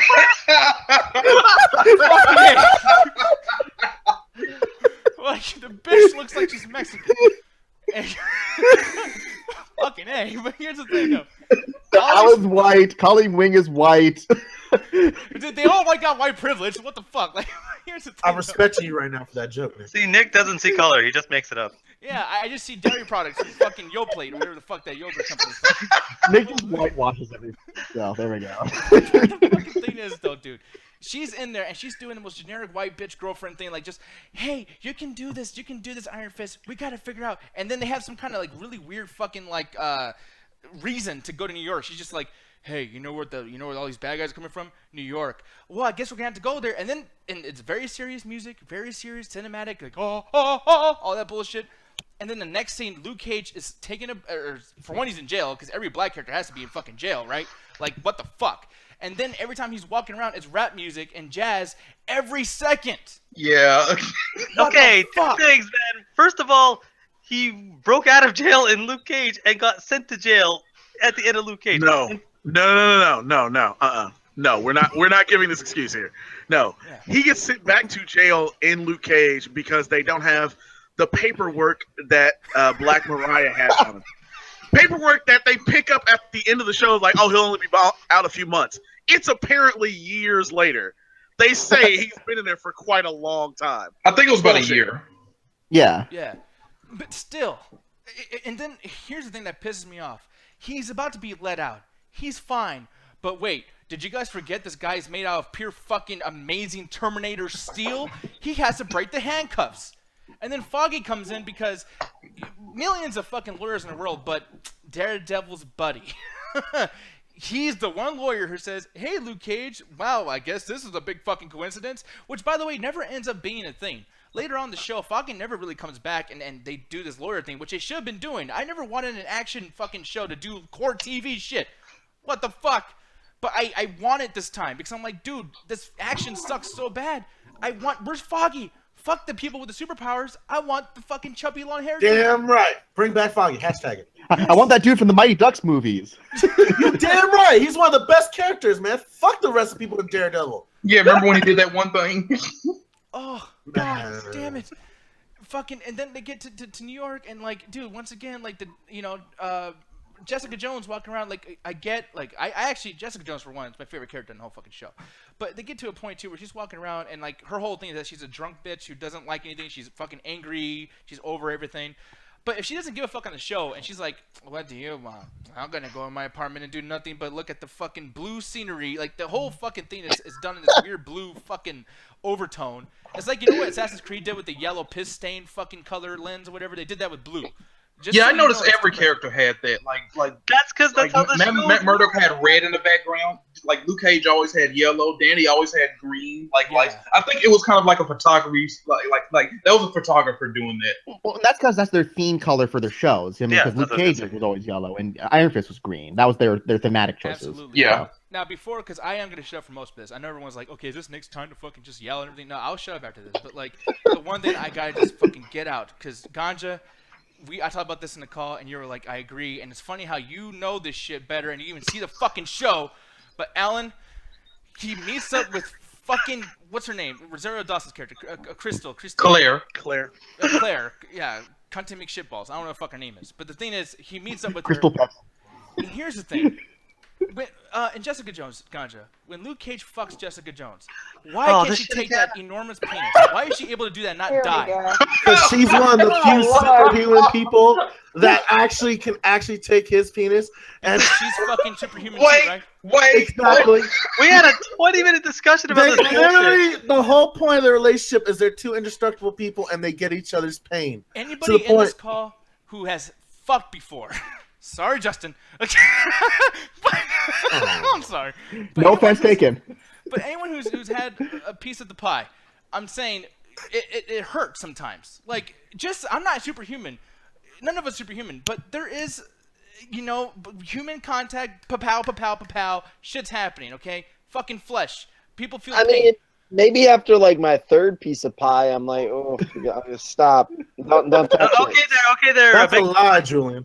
My point being is, like, he can control his fucking strength. He doesn't, every time he walks down the street, doesn't fucking cause holes in the ground. Yeah, Meanwhile, they make a big deal of Jessica Jones that, like, he was holding back when they're having sex because he was afraid she was just like every other girl, And the biggest thing is, too, Alan, the thing that's so frustrating about this is, like, make sure in the Luke Cage TV show, he shakes hands with dude. Hey, man, good job. Ow! Fuck! My hand. Well, he's metal. That fucking hurt.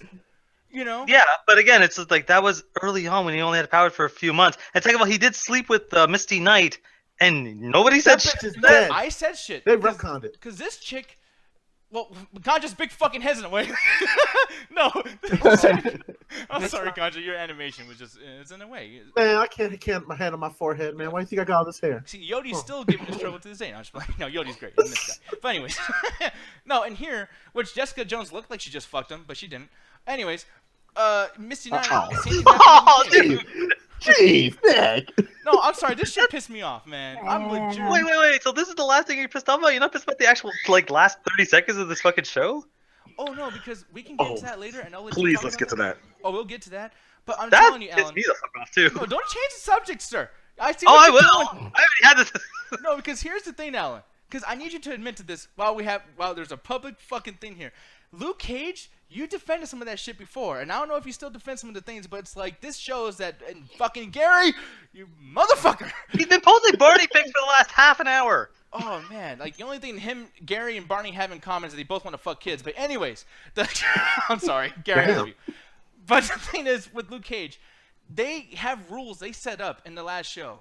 They have rules set up for everything. Even Iron Fist, the motherfucker needs chi. Chi is a thing that you need to be calm, you need to focus on your fucking powers. That motherfucker, chi only works when he's uncontrollable and fucking punching everybody. No, because, again, chi what it is he's a battery. Like, no one's going to watch Iron Fist and no one should. What they describe in the show is basically he needs to recharge his chi every so often. And yes, he needs to be calm and meditating, but it's like filling up a Duracell battery. You put it in the charger, it fills up, then you can do whatever the fuck you want with it. Once Iron Fist is full, he can use the Iron Fist, as many times as he wants until he runs out of chi. Yeah. No, they don't say that shit in the show, dude. No, you're right. They don't say that in the show because his origin story explains that. The problem is most people didn't watch it, but they can't sit there and have an origin story in the sequel to his origin story.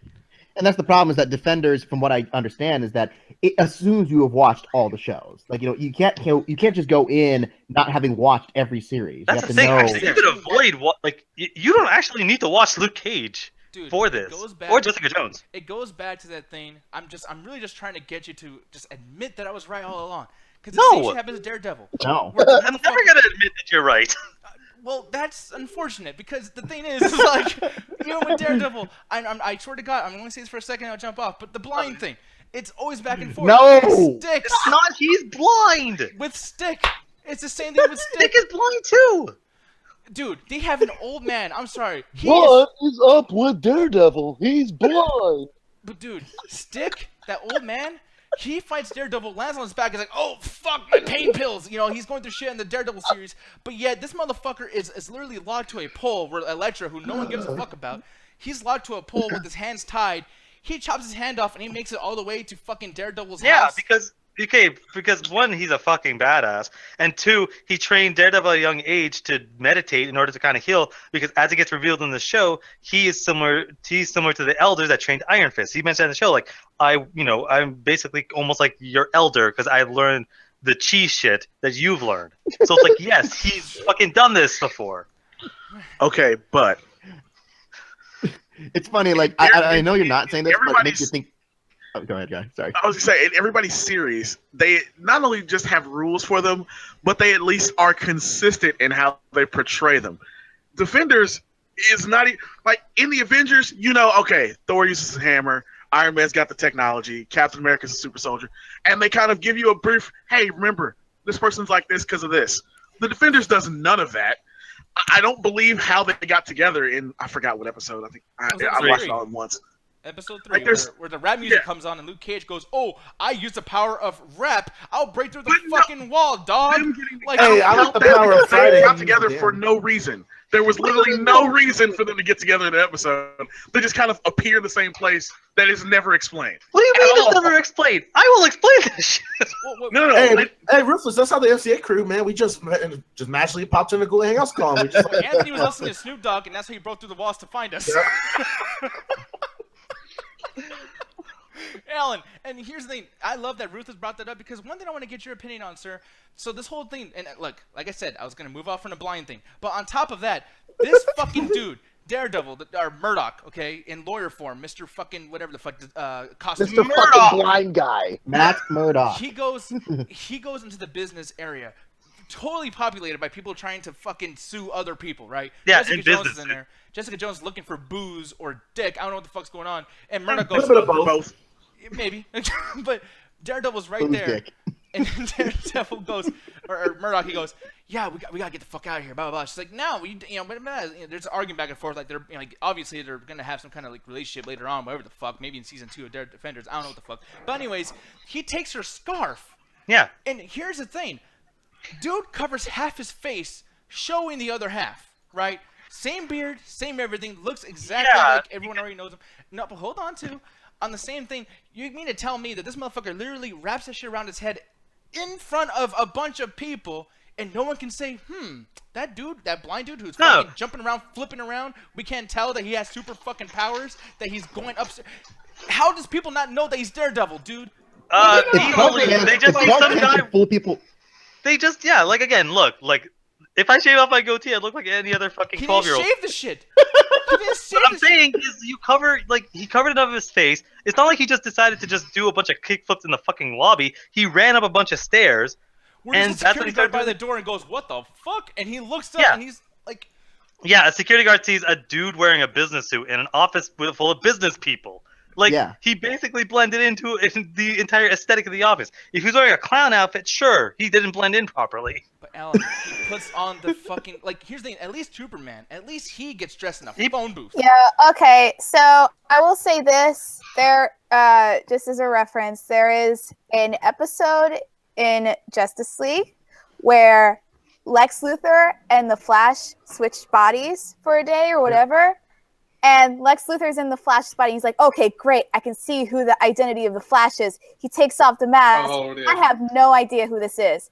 That's sort of the same thing with Matthew Murdock. Because, yeah, sure, even if he does put his scarf on, maybe someone sees, they still wouldn't know who he is. Like, sure, you could, if he kept the scarf off, yeah, they could pause surveillance. They could try to track his face. But at least not a short amount of time, no one's going to be looking out for, like, a dude. And even so, like, who's this dude? Like, he's not really, like, famous. Like, heck, Bruce Wayne takes off his mask and he's Batman, okay, yeah, sure, because like everyone knows who Bruce Wayne is, or Tony Stark. Well, if he kept his identity secret. But yeah, like a random lawyer in New York with a bunch of other freaking lawyers in New York City. That's Allie, know that who makes he perfect is. sense. Makes perfect sense. But here's Got the my thing. back. No, she makes perfect sense. If there was a situation where the motherfucker got into his costume, his design, in front of everybody. He didn't get into his costume. So it's that same Shit, bullshit everyone. shit where Amazing Spider-Man, where he's taking off the mask every 5 fucking minutes, so you know it's Andrew Garfield going there. Yeah. No, it's not. It's Yeah, he not didn't at put on his all. suit. He didn't put on his suit in front of everybody. What part was that? He didn't No, know. he He wrapped never the did shit that. around his I head. just literally some finished guy the wrapped show a day ago. Like, no, he didn't. No, he literally grabs that scarf thing, right? That Jessica Jones is whatever the fuck that her No, Negan he grabbed wannabe it outfit, once. and wraps around his fucking head, like literally in front of people. And yeah, he starts doing all these kung fu moves, and no one goes, yeah, that dude. was just Yeah, he someone, does the let's kung fu find moves him." 10 floors up. He goes and Yeah. wraps it around, and it's like, oh, hey, that guy just did something weird, I love think. having this. I don't know, I'm a I lawyer. love having this fight with you Security because cameras aren't real. yeah, exactly. Thank you. And then on top of that too, Alan, it gets better. Later on, 2 episodes fucking after Who's that, cutting onions? me. While I'm talking, I was just playing. Like, I just hear. Anyway, yeah, go ahead. No, but on top of that, it gets even better, Alan, because 2 episodes later, or no, actually 3 was in episode 6, fucking Elektra comes in, which, by the way, I'm sick. The girl comes back from the dead. Like, what the fuck? Yeah, it's freaking a comic That's- book. People come that's back from also- that all the time. That's my comic that- book shit. It's stupid, No, sweetheart. Damn it. Anyways. No, Yeah, it is stupid, but it's Damn, Nick, you would happens. like the Bible then, huh? Oh, okay, guys, this is way too. Jesus Christ! This is way too picky. Alright, Yeah. Like, Wait, can we just Justin, like, Justin, hold on. can we keep a big scale, like- Justin, hold on one second. okay, sweetheart. Just okay, hold on. you just. I I'm know, ready. I know, I'm- you just don't like when I talk shit. But here's the thing, like No, you said, no, I'm trying to hear like, is the plot any good? Is the acting any good? Is well, the actual watch last week's show. episode, the Num nuts, fights what any the good? fuck? But anyways, the thing is Alan. On top of this, episode 6, Elektra goes into the area where everyone's knocked out, could easily kill him. Her goal is to kill them. And then she steals Iron Fist, and literally Murdoch is right there in his suit, in his whole thing with all the fucking bad guys. No one takes off his mask, and no one harms him or the rest of the crew. Even Luke Cage is knocked out, and they don't do nothing to them. Yeah, do you remember what happens at the end of that episode? She, what's her face? Sigourney Weaver goes, "Hey, you go kill all those persons," and then immediately dies because Elektra doesn't want to kill any of the people there. She likes to play the game. Like she said that in the episode 8. Why would I kill you? I like playing a game with you. So Is this that's why not- she doesn't kill any of them. Is this not the issue that we have with 007 movies? They're all those really bad fucking like action movies where they do this stupid ass thing of like the bad guy just saying, you know what, I want to kill you for 2 hours of this movie, but you know what, let me just stand here and wait till you knock my fucking head off. Because again, she explains it literally of she just wants to play a game. It's like in the Dark Knight, for instance. Like, I'm not gonna kill you. You're way too much fun. Like that's what Elektra was. Elektra was losing her mind and wanted to not kill them like right then and there. She wanted a game. She wanted them to play around. Like to her, this was just a game. I hate that part. Like you're right for saying that. You are right. I guess I'll say yes. Whatever. You prove me wrong, but at the same time, doesn't mean that's good. It's fucking awful. I know that's a plot. I know very much well that's a plot. It's fucking bad. You mean to tell Like again, me? I told you this straight up. I was middle of the road when it came to this. There were parts I loved, there were parts I didn't like. Like, you know, don't do heavy thinking this is a fucking better than sex show. Like, it's not. There are problems, and I'd say even more problems than the stuff you're bringing. The stuff you're bringing up, kid. Me and Ali, Izzy explained a lot of it away. How about talking about the fact that most of the action scenes, and by most I mean 4 action scenes, only one of them is any good in a show of action. Like, that's a legitimate problem with the show. Yeah. Now that I kind of liked. How about the relationship with You liked an action cast, show that had and no they action don't in it? address it. Ruth, go ahead. Yeah, like half the women in this cast have had a relationship with Luke Cage. That's never addressed, despite the fact that they're in the same room. Yeah. 90% of the show. I mean, they're gonna bring it like, yeah. But what are they gonna do? Hey, it's Claire, involving did getting you him out fuck of Luke Cage? jail. Yes. Like Yeah, but if everybody they who were who didn't fuck Luke Cage got him out of jail, and they don't address that at any point during the rest of the show. It's not like they're gonna say like, "Hey, raise your hand if he took your case." Like, it's not gonna happen. If he Making took comedy jokes the entire time, and none of them address why they all are making these jokes. Come on. But no, seriously, like the entirety of the team up episode just kind of happens. They try to explain it later. Oh well, Luke Cage got in this way, and Jessica Jones obviously was with Matt Murdock, and this is why Iron Fist was there. Like, give me more than that. And then yeah, they don't feel like a team. Stick seems unnecessary for the series. I mean, don't get me wrong, I'm gonna miss Stick, but like I like Stick as a character because he's a bad version of Daredevil. Not bad as in awful. I mean, bad as in just a bad guy. But they don't really utilize Stick to do anything interesting. They kill off all of the important stuff. Like, if you notice during the show, they explain a lot of stuff that sounds really cool and interesting, but never happened on the show. The Hand wiped out the entirety of Stick's group, the Chased. We never saw that happen. Like, the African warlord dude apparently can make your heart stop and slow down your breathing through pressure points. We see him get into half a fight with Luke Cage, and that's basically it. Like, all the stuff that they talked about being interesting, no, they don't show you any of it. They just tell you about it and hope you give a shit later. Also, at no point do they call the one person who would have no problem with this group, the Punisher. Yeah. Like, the entire season, I'm going, hey, you know, this would be a really interesting situation. These ninjas having to face a guy who literally doesn't give a shit about killing all of them, and they can't resurrect themselves. Where is that guy? Well, to be fair, it's not like he tossed his business card to Daredevil last time he saw him. So he Look up in the yellow pages. Y'all call my number. Yeah, except for it looks like from the teaser for the Punisher that he's also in New York. So yeah, I have to wonder if all of these people can randomly show up. How come he didn't randomly show up? I honestly hope he's not. I'm tired of New York being the epicenter for every fucking The thing. Defenders is gonna be New York. New York's such a great city. Nah, fuck that. Not really. It's like all this living bullshit in- happening. Living in New York in the Marvel Universe is like living in Gotham City and DC. Like, just get the fuck out. I get the feeling the problem was that they already moved into production with Defenders before they realized they were doing a Punisher TV show. Like, you know, it's the same problem with doing a lot of these seasons is that they're trying to rush these things out in development without, considering all the ramifications. That's why they didn't do any changes with Iron Fist, because they were already making the season before everyone unanimously hated Iron Fist. They didn't change anything with them because it's too late by that point. So I'm assuming that's kind of the same thing that was going on But here with that. them not having a Punisher TV series ready doesn't preclude them from putting the Punisher into the Defenders, because they already knew from season 2 of Daredevil that people liked the Punisher, and they hadn't started filming Defenders at that point yet. Well, and John Bernthal's busy too. He's doing a lot of movies. So Yeah, I think they did them both at the same time, basically. Even just a cameo for the big fight. Oh man, we're dying here, and all of a sudden just gunshots start ringing out, and you realize, oh, it's the Punisher, because somebody got a hold of the Punisher, because of course you would. He doesn't show up. I thought that the Punisher was like a crucial part of. Oh my it. god. Oh no, Gonzo. yeah. Oh my god, I wish Max was here right now. Oh god. Julian, I love you so Oh god. Oh my You god. two are been a godsend to me because everyone thought I was fucking crazy a week ago. Yeah. Why? Because all Isn't the he a trailer, Defender? all the advertisement had him with the Defenders. Yeah. They did? But no, And everybody's everyone's like, confused. Like, they never saw the trailer. I know I saw that trailer. Okay, it's amazing. I look, like, Ruthless, and I mean, granted, like, I was in the chat and everything too, but like, what was the biggest thing that you hated about this ending too? Because I half pay attention to that shit, especially when they had this big epic fight and then rap music comes on again with the fucking like trying to be cool shit. Ruthless, Yeah. tell me why you hated The sound that was, last- I'm really big on sounds and how you do that stuff with action scenes, and I really hated them deciding to like shoehorn in rap music at the end there, which not even from a character that would like necessarily be the kicking off point for that.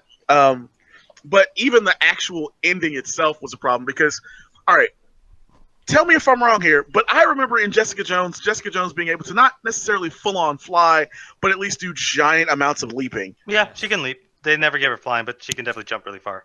She can Why fly in the wasn't that comics, used but they've never- at the end of Yeah. this show? What was that? Dude, this Like, is- it solves every it? problem.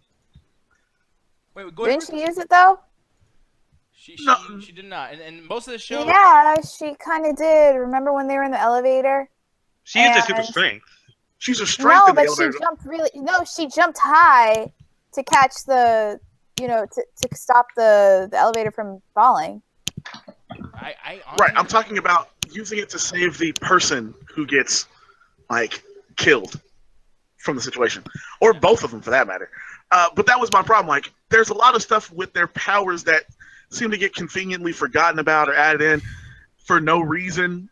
Like there was no consistency to how they were being used. And yeah, that final fight scene, including the ending itself, I had a problem with, especially when you add in what they decided to do at the very end of the show.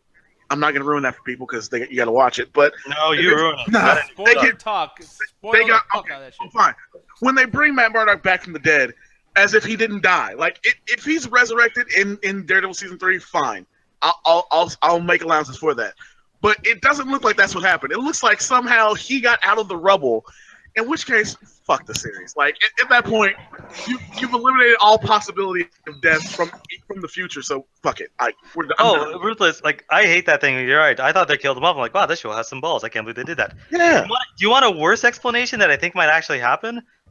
That Betty's Inn is very similar to the Betty was when he was a kid in that same church or whatever it was. So he might be in like a different plane of existence. They might just go full bullshit. No. You know what the next season's gonna be about? No, you know what the next season's gonna be, right?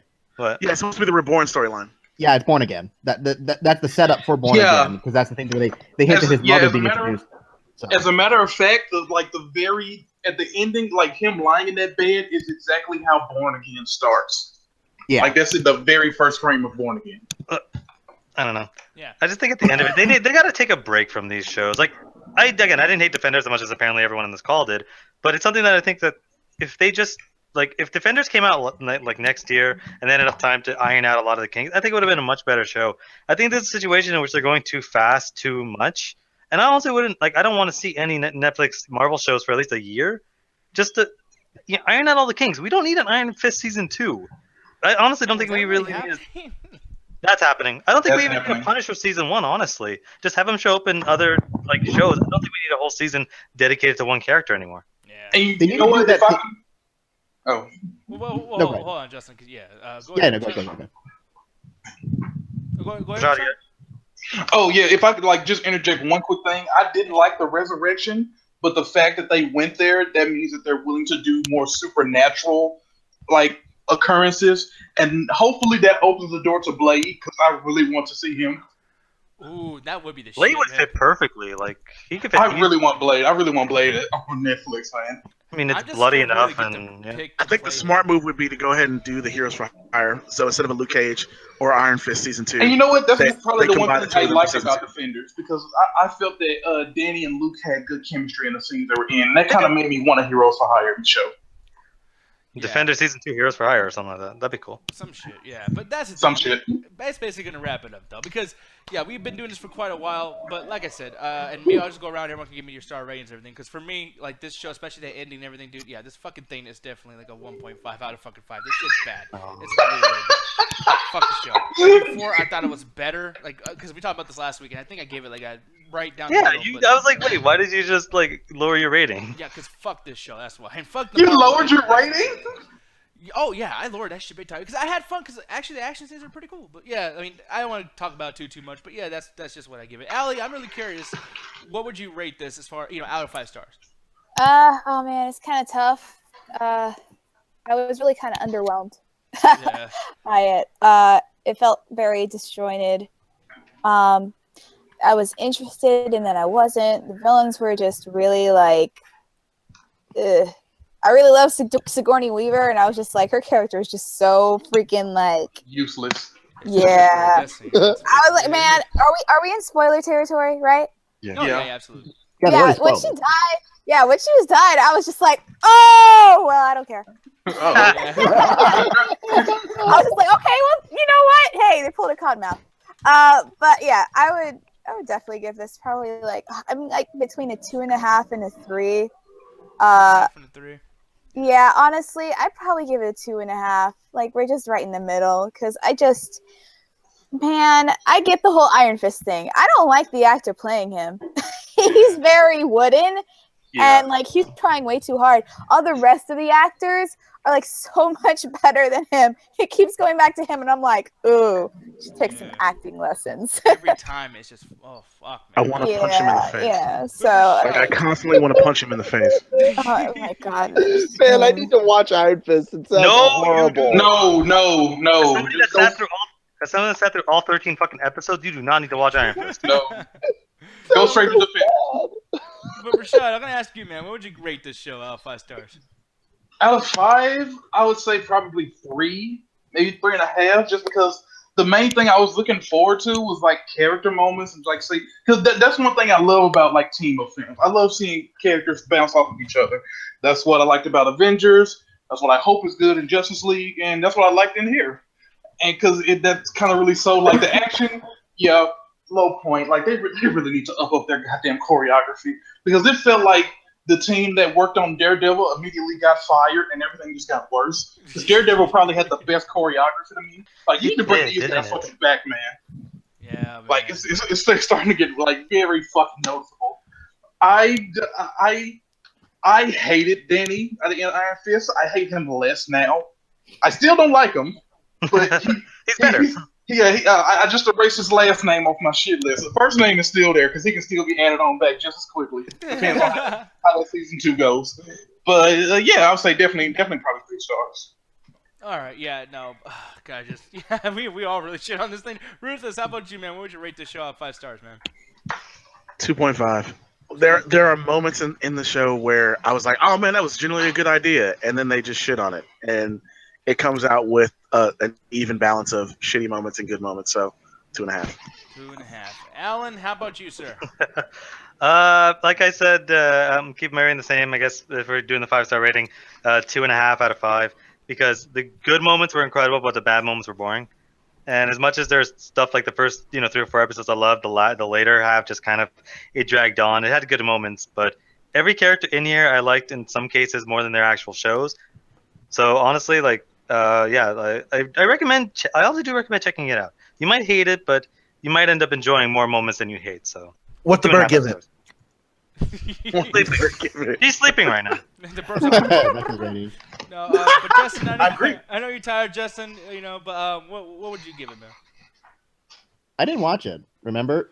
No, Wait, but you motherfucker. Wait, hold on. Now I'm gonna tell you ass off. You were bitching this whole fucking time when you haven't seen this fucking movie. Oh no! Or this So TV you show? did it all One, over again. I did not say anything. I only corrected facts. I have no judgment on the show. I corrected factual inconsistency that you said, You haven't and I was watched the offering criticism. show. I mean, You offering don't know insight. what a fact is or not. I do because I researched this stuff for my job. Dude, bro. Are you fucking kidding me? No, I'm saying I'm not offering criticism on the show. I can't judge the show because I haven't seen it. I give you that. I have not seen film, the show. Right? You teach film? Do you tell your students don't watch shit but then have an opinion No, on it? no, no. I Don't do research, ladies and gentlemen. I do a news podcast. I hear all the stories about the plot because all the news podcasts spoil the endings for me. I'm just saying. Yeah, all right. God damn. I swear to God. All right, you gotta understand where Nick's coming from, Justin. It's like the second or third time you've done this. Yeah, I can't take it. Did I once say I offer a judgment on the episode? All I said was, Nick, Colleen Wing is not white, and then they're leading into Born Again in season 3 of Daredevil. There you go. That's not criticizing on the show. Greek yogurt, which is great. That's fucking awesome. God damn, she's fucking delicious. Anyways, That we can That's agree. it, right? this. I love you. God, I cannot wait to meet you dumbass in New York. Oh no! Allie, You're what gonna do you have to hire protection for your ass. God damn. Allie, have you been reading yet? Don't worry, we'll hire Danny Rand to protect me. Oh, fuck. No, Danny Rand's a little punk. I don't want him around me. But anyways, people, I'm gonna use my Iron Fist in this motherfucker. So there's only one thing left to say. And with that too, actually, before you even go, Alan, I want to do you the service, man. Tonight, why don't you remind people what we're gonna be doing? Because Justin forgot in the chat too. He was wondering. We're actually canceling the thing and watching The Defenders. Oh, you son of a The fuck we are. No. We got a bunch of picks in. We got everything ready. So we will start the After Hours viewing party, TV Pilots Part 2. Yeah, and there won't be a straw poll anything like he said earlier, guys. We will be into the call and rabbit, whatever, and then we'll decide, around there. Like with your guys' voices, like you guys be able to choose and everything. Wait, so. And just Did a you quick say before straw we go, porn? Nick, I want to give everybody a heads up how to get inside of the beautiful rabbit. Like usual, it's going to be inside the chat room. So make sure for me, Birdman, or Nick for posting the link inside the chat room, and I'll be posting inside the YouTube chat as well. So give them what is it, like a few seconds for it to get processed, and they can check the comment section. Yeah, Yeah, something like that. Okay, so as soon as the comment section goes live, look on there, and you can get in the rabbit too from YouTube. Oh yes, people, that's it. Ganja, help me out with this part, man. We got 3 seconds to go. 3, 2, 1. Attack! Back it. Justin! I did not. I did not. Justin!